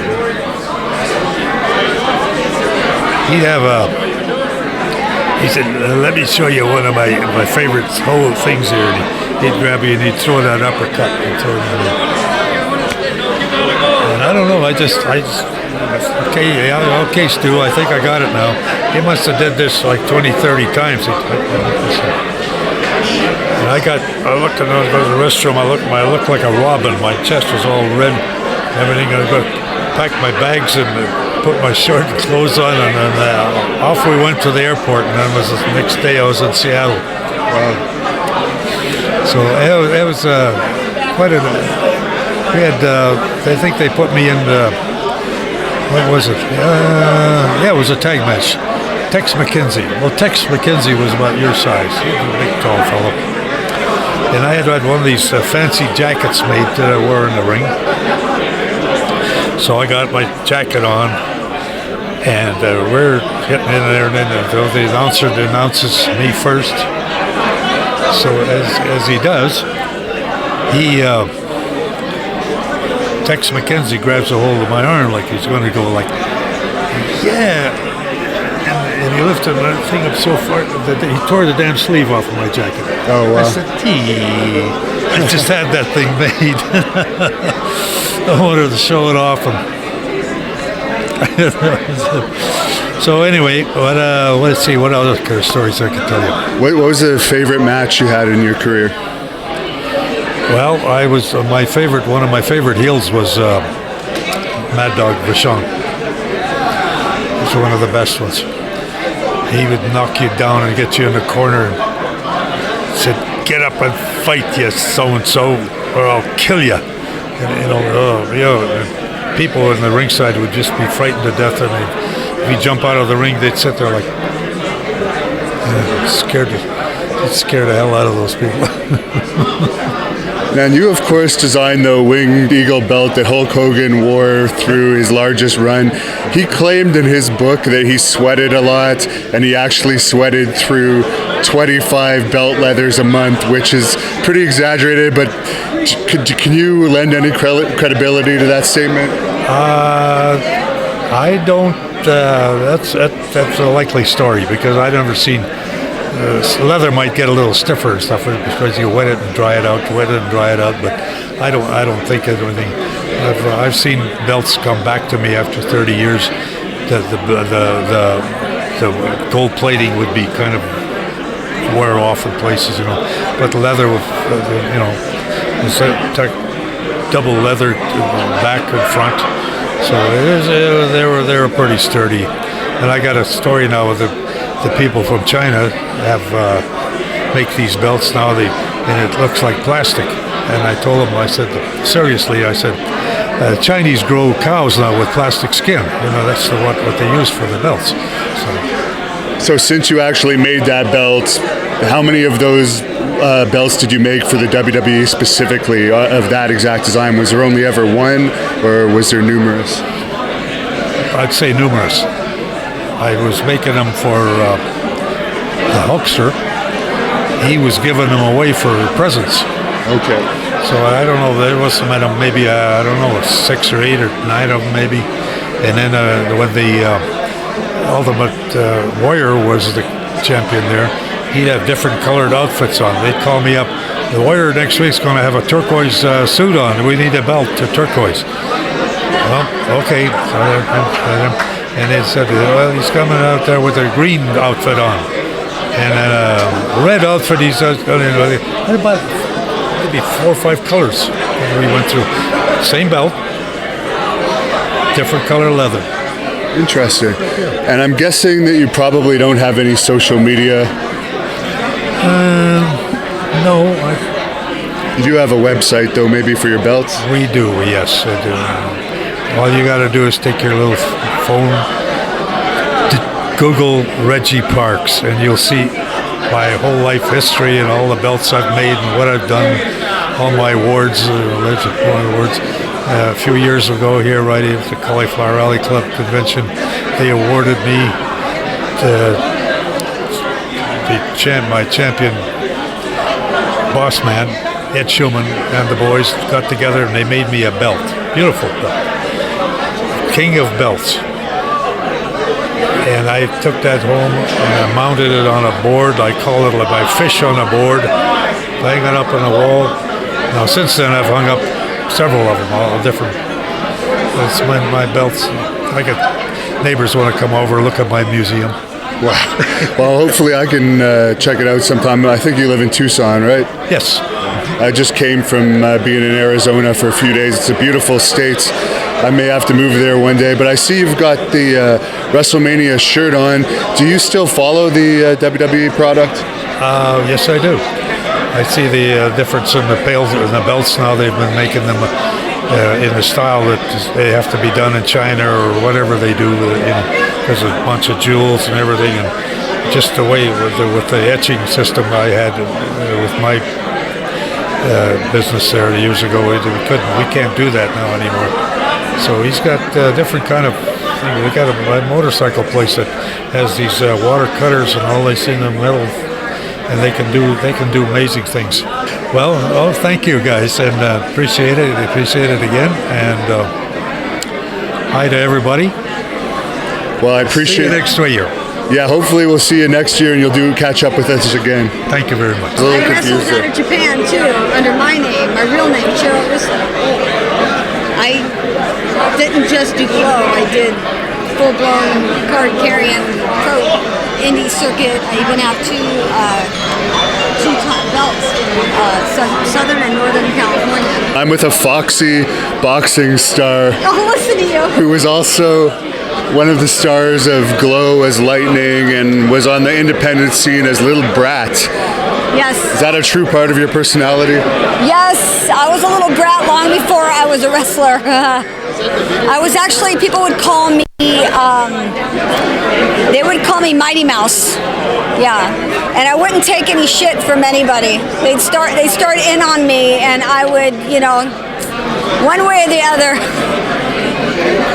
What did you think of the second season of Glow compared to the first? I thought they got more into it. I actually liked it. I loved the finish where they were getting on the bus to Vegas. Of course, they are still doing their own thing. None of it's really a match to what actually happened, but it's nice to see that retro 80s things, and every now and then they'll hit on something that actually touches my heart, or something familiar about it, What's your favorite 80s pop song, speaking of retro 80s? Oh, God. I think it would be, pop song would be Cyndi Lauper. Girls just want to have fun. Yeah. So I bet you were happy when she actually got involved in the wrestling industry. Yes, I actually noticed that. I don't know why that people don't try to pull her in now because of that connection. Yeah, why is she not in the WWE Hall of Fame? That's crazy. She's one of the originals that started the rock and wrestling connection. I don't know if they could have done it without her help. Well, I think somebody has to be an advocate that is connected, basically. Yeah. Well, we'll start it off right now. She should be in the celebrity wing for sure. She deserves it more than Drew Carey, who I think is in there. Yes, she should be in there, and her band, which she has a current band, should perform at her own thing, maybe 2 or 3 songs. That would be awesome. Are you still getting in the ring? I know you've also been a stunt woman. I guess you probably still do that too, but what are you up to these days? I was working last week on a new Hulu series called Light as a Feather, and the week before that I was working on a new horror movie called The Boy Behind the Door. And yes, I still wrestle. I was wrestling, about 3 weeks ago. I had 3 matches. for an independent video company. Yes, I still get in the ring. One of those ones. I still wrestle. I'm still got a little bit of muscle left on me, so. It was Foxy Boxy in the same category. Foxy Boxing, I should say. I'm a little short of breath here looking at that picture of you in that boxing outfit. Yes. That was pretty impressive. But is that like pro wrestling or is that more competitive? No, Foxy Boxing was total like giant, like red gloves. For me, it was a vacation. We went to different countries. We had to box like 3 minutes at night. It was cracking me up because the boxing girls, the other ones that we were going against, Hollywood did this too. They were like acting like they were completely exhausted. We were so used to wrestling 20-minute matches. We were like we were in vacation land basically. Got paid really well for it too. Just boom boom, going at it. Most of them didn't know how to fight, so it made it easy. And I assume you're on this Globe cruise that's coming up in September? Yes, September we're going to do Puerto Vallarta, Mazatlan, and Cabo San Lucas. Yes. Well, good luck with that, and we hope to catch up with you again sometime. Looks like you're still in top shape here, and thank you. It's nice to see you're still going at it. Anything you want to say to close this? Well, off of what you just said, if you don't use it, you lose it. So stay in shape if you want to stay in the game. You can catch me at lightning1.com. Cheryl Lightning Rusa on Facebook, and then it's almost identical on the other medias, Instagram and also Twitter. So it's not hard to find us. And one last thing, you were obviously called Little Brat. What's the brattiest thing you've ever done? Oh God, I don't know if I should say that in public. All right, let's pick something a little less bratty. Okay, at my high school, where it says the name of the high school above the big auditorium, I went up there, I climbed up on the roof with neon green spray paint and drew a huge pot leaf underneath the title of the school, and then I put a rocker underneath that said "Gets High." That's hilarious. That's great. And we're in a place where weed is actually legal. You can just go next door and buy it without any issue. What are your thoughts on that? Well, it's legal in Canada too. Back then it was an issue. I would have killed for the issue right now, the way it is now. I think it's great for medical purposes. Nothing beats weed for cancer patients and the pain that comes from it. And there's still, which is a bummer, they still have a stigma and people are afraid of using it. My father used it when he was dying and it helped him a lot. Very good. Well, good luck with everything and nice seeing you again. Nice seeing you. Oh, one more thing. You can catch my stunt reel if you want to actually see my stunt work on Vimeo. My name, Cheryl Rusa. Vimeo, Cheryl Rusa. Great. Thank you. You're welcome. I guess he's going to take a picture too. My name is Ricky Santana, and I represent King Haku in all his business affairs. And there seemed to be a situation that had to do with immigration. The last time you were scheduled to appear for Great North Wrestling, and it's all been taken care of because I made sure that it was all taken care of, but I know that you have some important words that you would like to say to the people of Great North Wrestling. Well, as you know, I just want to apologize for what happened there. Honestly, you know, here I am. You all know that I'm not a citizen of this country. And with the things going on with our government today, it's hard. So I thought everything was worked out. Yes. And then I went to the airport and everything, and I called them exactly what happened when the immigration said, yes, you can go. But if you come back, that's your... So that means to me, I'm going to leave my family here and go to Canada and, you know, take care of the job that I'm supposed to be doing there. How am I going to come back to my family? But I owe that apologize to you all, family. You know, as Great North Wrestling? Yes. Is that what it is? That's what it is. So, you know, I am going to come back. And I tell you, I mean what I said, and I'm going to do so. Well, I don't really believe you. Why don't you just tell them the truth that you were afraid to tell them?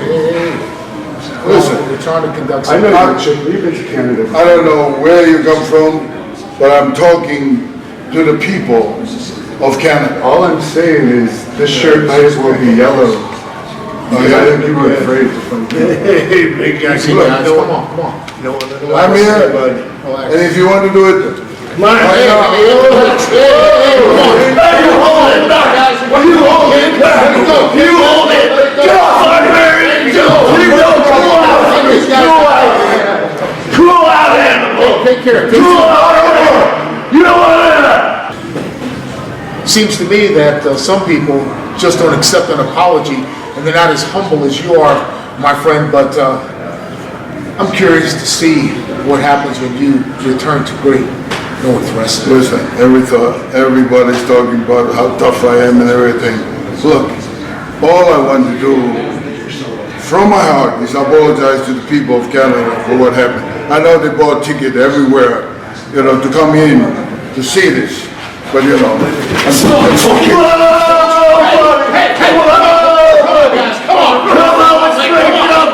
Break it up, come on here. Come on.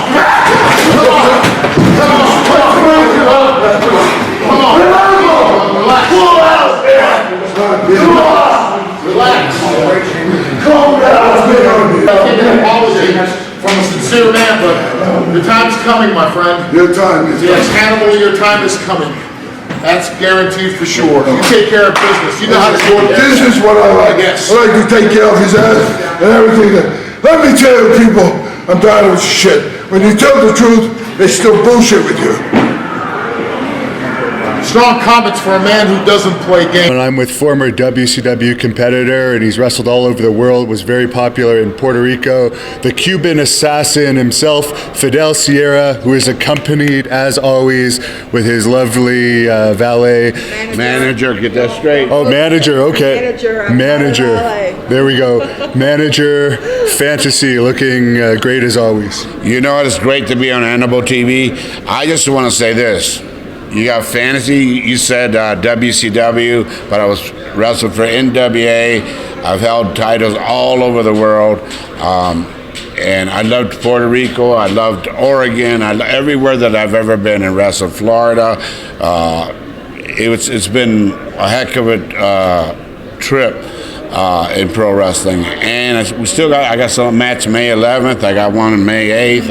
It's unbelievable, to say, oh, your age without, I still feel great. I feel like I'm 20. And you mentioned Oregon. I had a little run-in a few weeks ago with Billy Jack Haynes.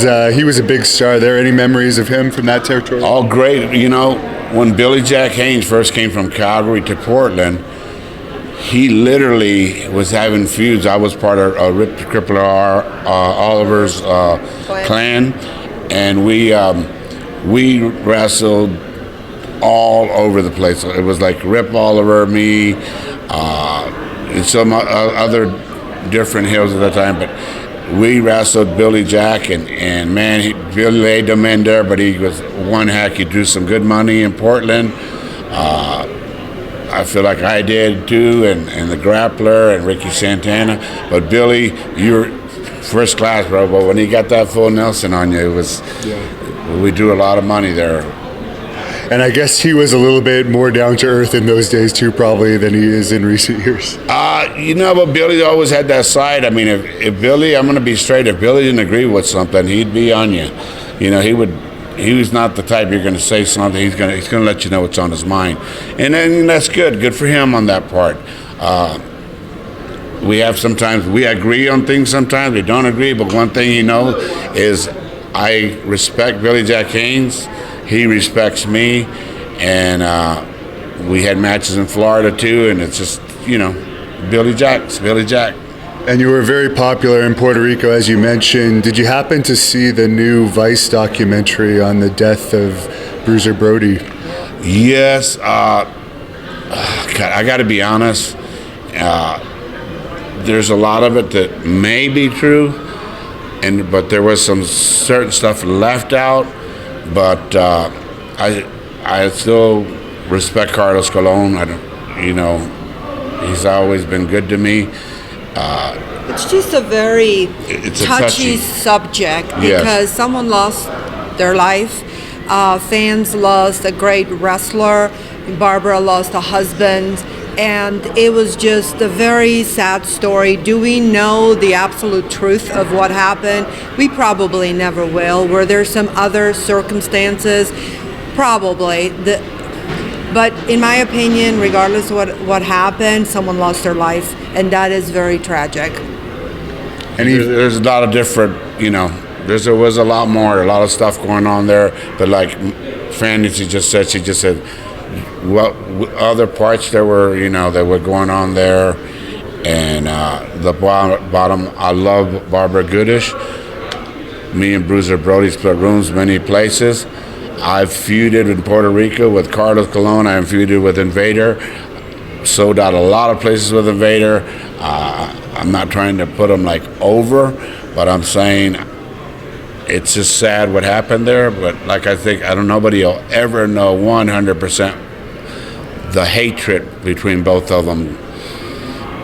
But nobody needed to die. Any favorite match of your career of all these places you've wrestled? Wow, there's so many of them. Like Dory Funk Jr. said earlier, we wrestled Carlos Colon. I sold out all over Puerto Rico with Carlos for a couple of months, and then then we still kept going back and had some I great think one of the favorites that you always were telling me about is when you wrestled Kurt in his first. Was it you wrestled Kurt? That was in Oregon. Yeah. In You Portland, tell Oregon. the story. It's your story. We go back to Portland now, Portland, Oregon. One of my first match I had with Kurt Hennig, and we did this deal to come back in a coal miner's glove match, and it sold out, and Don Owens was like, turned people away. Yeah, turned people away. Yeah, turned people away, and Don Owens was mad about it, and I'm like, oh, you just sold out. Yeah, but for Christ's sakes, Don Owens would be that way. For Christ's sakes, those 12, 1,500, 1,800 people we turned away aren't going to get in and they're not going to come back next year. Because they're going to wish they had their tickets earlier next time.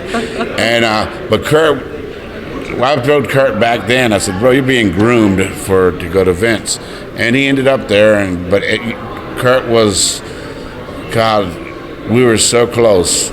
And till this day, Fantasy and I, Fantasy and I. Let's just say we gargled many shots of Jacks on the road together with Kurt. And I took him to Puerto Rico for the first time. He never had wrestled there, just off interviews off TV. He drew over 10,000 people against Carlito. And it was great. What a match. And then we did other stuff, but Kurt would always call me his wingman. Yeah. And I think it's the other way. We were both our wingmen for each other, but God bless Kurt Hennig. Any favorite rib that you witnessed him pull over the years? Kurt? Wow. Maybe on me, brother. Till this day, Kurt took it with him, God bless. But one time, me and Rip were all riding, and Kurt was somehow behind us, and somehow my bag ended up in the back of the trailer hitch, and Kurt swore he never did it, but to this day I believe he did. And I'm talking about my wrestling boots was over there on the highway to go back, my mask, I found my passport. Kurt was heavy on that one. What was but the he one never with the barber? I did one on him. I paid him back one time. Kurt said, we're on the road, and Kurt said, man, I need a haircut. And I said, well, Kurt, I used to be a barber before I got into wrestling. And he looked at me, and I said, yeah. I said, well, why are you going to go somewhere and get a haircut? I can do it right now. So Rip Oliver's over there, and I go like this at the top, got a nice hair, and I go, shh. And Rip Oliver goes, I got nothing to do with this. And then Kurt jumped and knew it was a Rip. And you've had a lot of tag team partners over the years. Ricky Santana is one of them. He's here. Any favorite tag team partner? Well, Santana would have to be the number one partner I ever had in the business. And then I've teamed with Grappler and I've wrestled with Grappler. But Ricky Santana for sure would be the number one, right, honey? Wouldn't you say? Number one is the Barrio Brothers, as longest one Cuban that lasted. connection. You know. Yeah. Was there ever any talks of bringing you into WWE at that point in the late '80s when you were at your peak? We had we had a couple of tryout stuff and things worked. We always went and got heat with the wrong person, and and it really always messed us up. One time, Fonzie went with us as he was going to be our manager, and Vince goes, "Your chances of you guys getting a job just got struck out because you brought him as a manager." But Fonzie's like my brother. I love him too. But that was so close, and then Zoom. Yeah. And then WCW, we were supposed to be. And Kurt was trying to get you in too. Yeah, Kurt was trying to get me in, and then that's a whole different Scott Hall story. So but it's a lot of political things, a lot of things in the past. You know, things happened that weren't done right, and never. And Eric Bischoff almost hired us Yeah. as a team at one point. And then Dusty for the was it? Impact or I remember he was booking somewhere, and new company, and he says, "Yeah, let me just kind of figure it out," and it never, because she speaks 3 different languages. Yeah. But you were a regular on WCW Saturday Night, and I believe you appeared on the Crockett Cup at one point. Yes, and my favorite moments on WCW Saturday Night was me and Duggan's feud, and there was there's the politics of our business. There was a deal where me and Duggan were hot on TV. We did some deal on TV. And they didn't even do I hit much. him with They the only flag. did a couple of That was, things. and the next Saturday came, and me and Duggan wrestled. After we did that, next Saturday came, we did something else. We didn't do no more else because the rating almost beat Nitro's rating. Yeah. And they said, Eric Bischoff said, Instead of saying, "Hey, wow, great, we're on to something," they're Eric like, Bischoff said, "No, this is, we're cutting it out. We can't compete with." Which I understand now. And anywhere we can follow you guys on social media if the fans want to look you up. Fidel Sierra on Facebook. We have a bar, Crazy Dave Sports Bar, beer and wine in Largo, Florida. Poo tables, all that. We got a website to that, crazydavesportsbar.com. And well, we had Cuban Worldwide, but we're having some technical difficulties right now. But hopefully, it'll be up and running again soon. I was in Largo not too long ago with Knobs interviewing him. Oh, it's great. Knobs is great. I'll have to stop by the bar next time and get some footage of you guys. She managed the Nasty Boys in Puerto Rico. Yeah. Oh, really? Any stories about that? Oh, absolutely. We were at a big stadium, and it poured rain. I mean, it was an outside show, and the ring was totally slippery, wet, waterlogged. And they're wrestling the Headhunters. I don't know if you know what they look like. Yeah, big, heavy, ball-headed. 2 Abdullah the Butchers. Yes, so they can't do anything in the ring, so I come up with this brilliant idea to have a dance-off between the Headhunters and the Nasty Boys. I think that was something that the fans won't forget in a long time. We still talk about it because it was funny as hell. Well, thanks a lot for talking to us, and we hope you enjoy the rest of your time here at the Cauliflower Alley reunion. Any final message for the fans? To the fans, I'm glad everywhere you can go and support pro wrestling. I don't care, independent, whatever. It's great because these guys that are learning today have to learn somewhere, and with the fans supporting at the independent shows, we need you. And we want to thank you for having us. And I also want to tell all the fans or even other wrestlers, workers, come support the CAC. Not only is it a really good time, but it is for a good cause. So we hope to see you here next year. Say something in German. Niemand wird sich uns in den Weg stellen. I'm with 2019 Cauliflower Alley Club Women's Honoree Bambi. How are you doing today? You're getting the big award this weekend. It must be pretty good for you. Yes, I'm very proud and very honored to be here, and it's just been a thrill to come back and see a lot of people that helped me get in the business and get me started, and I just feel really honored that they chose me to give the award to. And you had some interaction with the fabulous Moolah in your career. Any thoughts on her? She's a very controversial character these days. Yes. In fact, last year here at the CAC, they had a panel discussing all the rumors that floated around. And I never was trained by Moolah, but I was trained by Joyce Grable, who went to Moolah's school. And my era was all the Moolah's girls, Judy Martin, Leilani Kai, Peggy Lee Leather, I could go on and on, Wendy Richter. And so when I heard about all the controversy, I wanted to speak out on it because I felt like I knew the truth. And even though a lot of the girls might not have liked her, some didn't like her, the rumors weren't true. And so we set out on a little mission to try to bring the truth to the surface. So that's my interaction with her.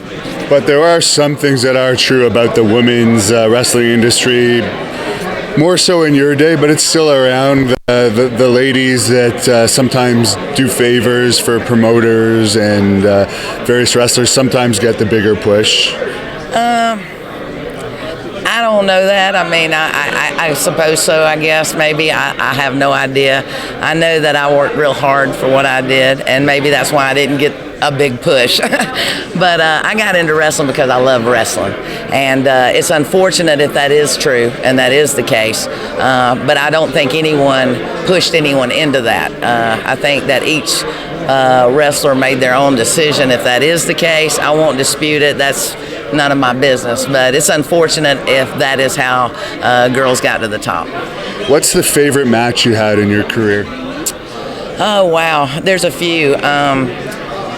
My favorite match as far as living a dream would be wrestling at the Atlanta Omni because when I was a kid, that's where my dad used to take me. And so when I wrestled there, it was a moment of, wow, when I was a kid, I dreamed about this, and now here I am. It wasn't my favorite match, but I'd have to say my favorite match or feud would have to be against Peggy Lee Leather. I think she's probably one of the toughest girls. I learned a lot from her, and that was probably one of the favorite people I like to wrestle. And what was the favorite promotion that you worked for over the years? I'd have to say WOW right now, Women of Wrestling, is what I work for now. And I've always, for 30 years, just like what you said, sometimes the girls didn't get the push. I probably didn't realize they were doing favors behind the door. But for whatever reason, we didn't get the recognition that I felt like we deserved. So I always had a dream of having an all-women's group and be legitimate and let the girls be just, their show, not share it with the men. And so that's what we're doing now. So I have to say that that's my baby. That's what for 30 years, me and David McLean worked to get. And we're on Access Television now. And so I'm really proud of that. Besides that, I'd have to say working for NWA because I grew up watching that. Ole Anderson was my favorite, and he actually booked me. And so that was a highlight of my career as well. Did you get along with Ole? Because he was very to the point, and a lot of people took offense to how blunt he was. I had a different situation with him. I was about 10 years old when my dad and I met him, and he was always nice to us. And if it wasn't for him, I probably wouldn't have been so attracted to wrestling. And I like the bad guys. I never liked the good guys. And he really changed our lives. So from age 9 or 10 years old to, I got into the business, he was a big influence. So I don't know that side of him. I've heard stories, but he's always been super nice to me. I see. And did you ever get the chance to wrestle for WWE in any matches, even one-off? Never wrestled for them. Never wrestled for them. Were you in part of the WOW that was on in the late 90s as well? David McLean, I think, was also involved in that. Yep. In fact, Peggy Lee and myself were the head trainers when he did that in the year 2000. And I was a big part of that. I've always been David's right-hand girl. And I've always been. In fact, years ago in the early 90s, he had a group. I was never in Glow. And he split from Glow because it was... we felt more of a comedy act than real wrestling. And so he went to a group called POW, Powerful Women of Wrestling, and he used a lot of the pro girls. And that's how we formed our friendship, and we've been friends for over 30 years. Did you ever see the movie called The American Angels about women's wrestling in the 80s? I've never seen that one. Okay. wasn't sure if they may have used you for a trainer on that, but I guess not. So what's your role in the current WOW product, and where can people find out more about it? Well, they can go to our website, WOWE.com. We're on every Friday night on Access Television. You just have to check your local thing. I think it's 9 o'clock in Georgia, but it's early 6 o'clock in California. What else? What was the other question? What I play the roles in? I wear many hats. I'm David's right-hand person. We've been friends for over 30 years, so I train the girls. I help backstage. I help without saying too much and pulling the curtain back. I do a lot of everything. Who are some of the big stars in WOW now for people that follow women's wrestling? Well, we have Tessa Blanchard, and she's our world champion. We have a girl called the Beast, and she's going to be awesome. I think of the next China. I think China was awesome, and this girl is just phenomenal. You can look at her and tell she's got the it quality. Jungle Girl, who's been wrestling for about 15 years, she's very good.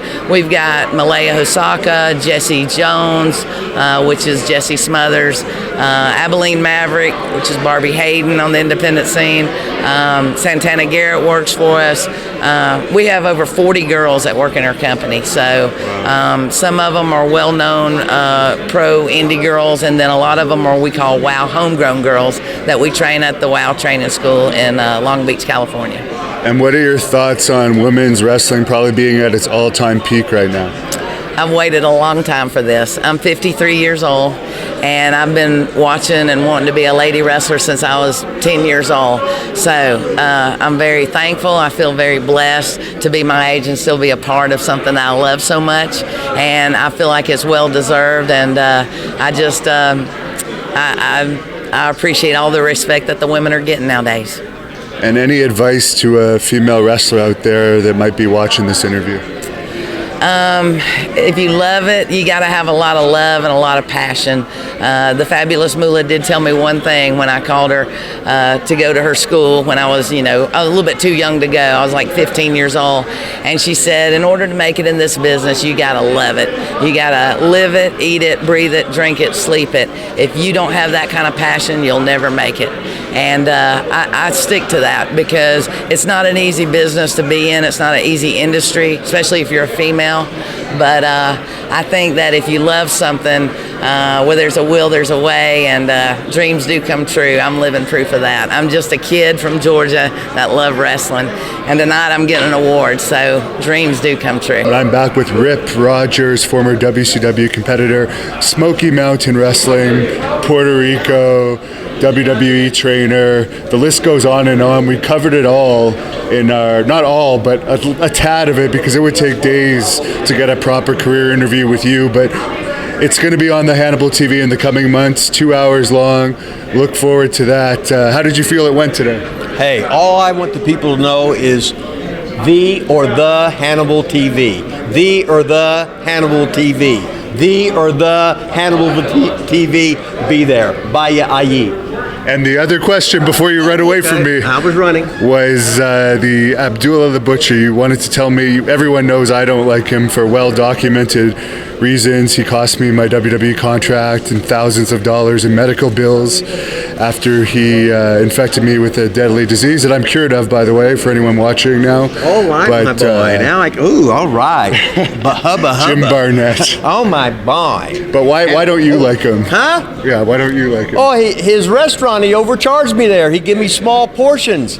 And he would stick the knife in your back like he would everybody. But that's just the wrestling business, and I want it in, and that's the way it is. Excellent. Well, I really appreciate the shoot interview you did with us.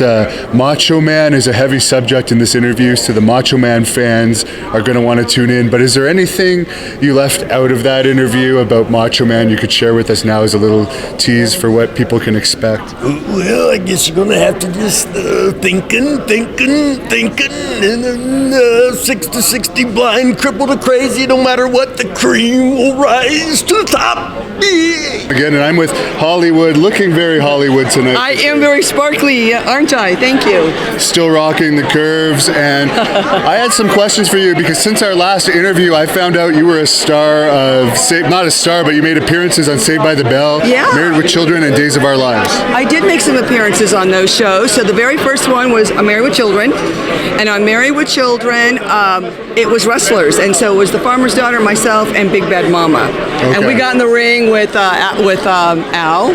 He was very funny. So that was probably one of my first TV sitcoms. What about Jefferson? He was my favorite character. Which one? Oh, yeah, I know. Did you meet him? I didn't get to meet him. No, I did not. Is he as bad with the women? Oh, you didn't. So he isn't as bad with the women. No, I didn't meet him. No. And what about Saved by the Bell? Did you work with any of the main actors? What is it? Screech? Yes. Oh my gosh, Screech was a huge Glow fan. So we would sit on the beach during the takes and talk to each other, and he would give me dirt on who was jealous, who wasn't, blah blah blah blah, and it was very interesting. That's what we will say. And Days of Our Lives, what were you, the lead lady? No. So Days of Our Lives, I was doing stunt work. Okay. And so for the character, Chloe is her character, Nadia Bajorlin, I stunt doubled for her. Okay. And so basically she walks into the door, it catches on fire, and I hit backwards and hit the floor pretty hard. And so I had her wig on and her dress on. Wow. Yeah, it's pretty cool. Any other acting that really stands out in your acting career, being Hollywood? It sounds like you really are Hollywood. I'm just working on more. Hello.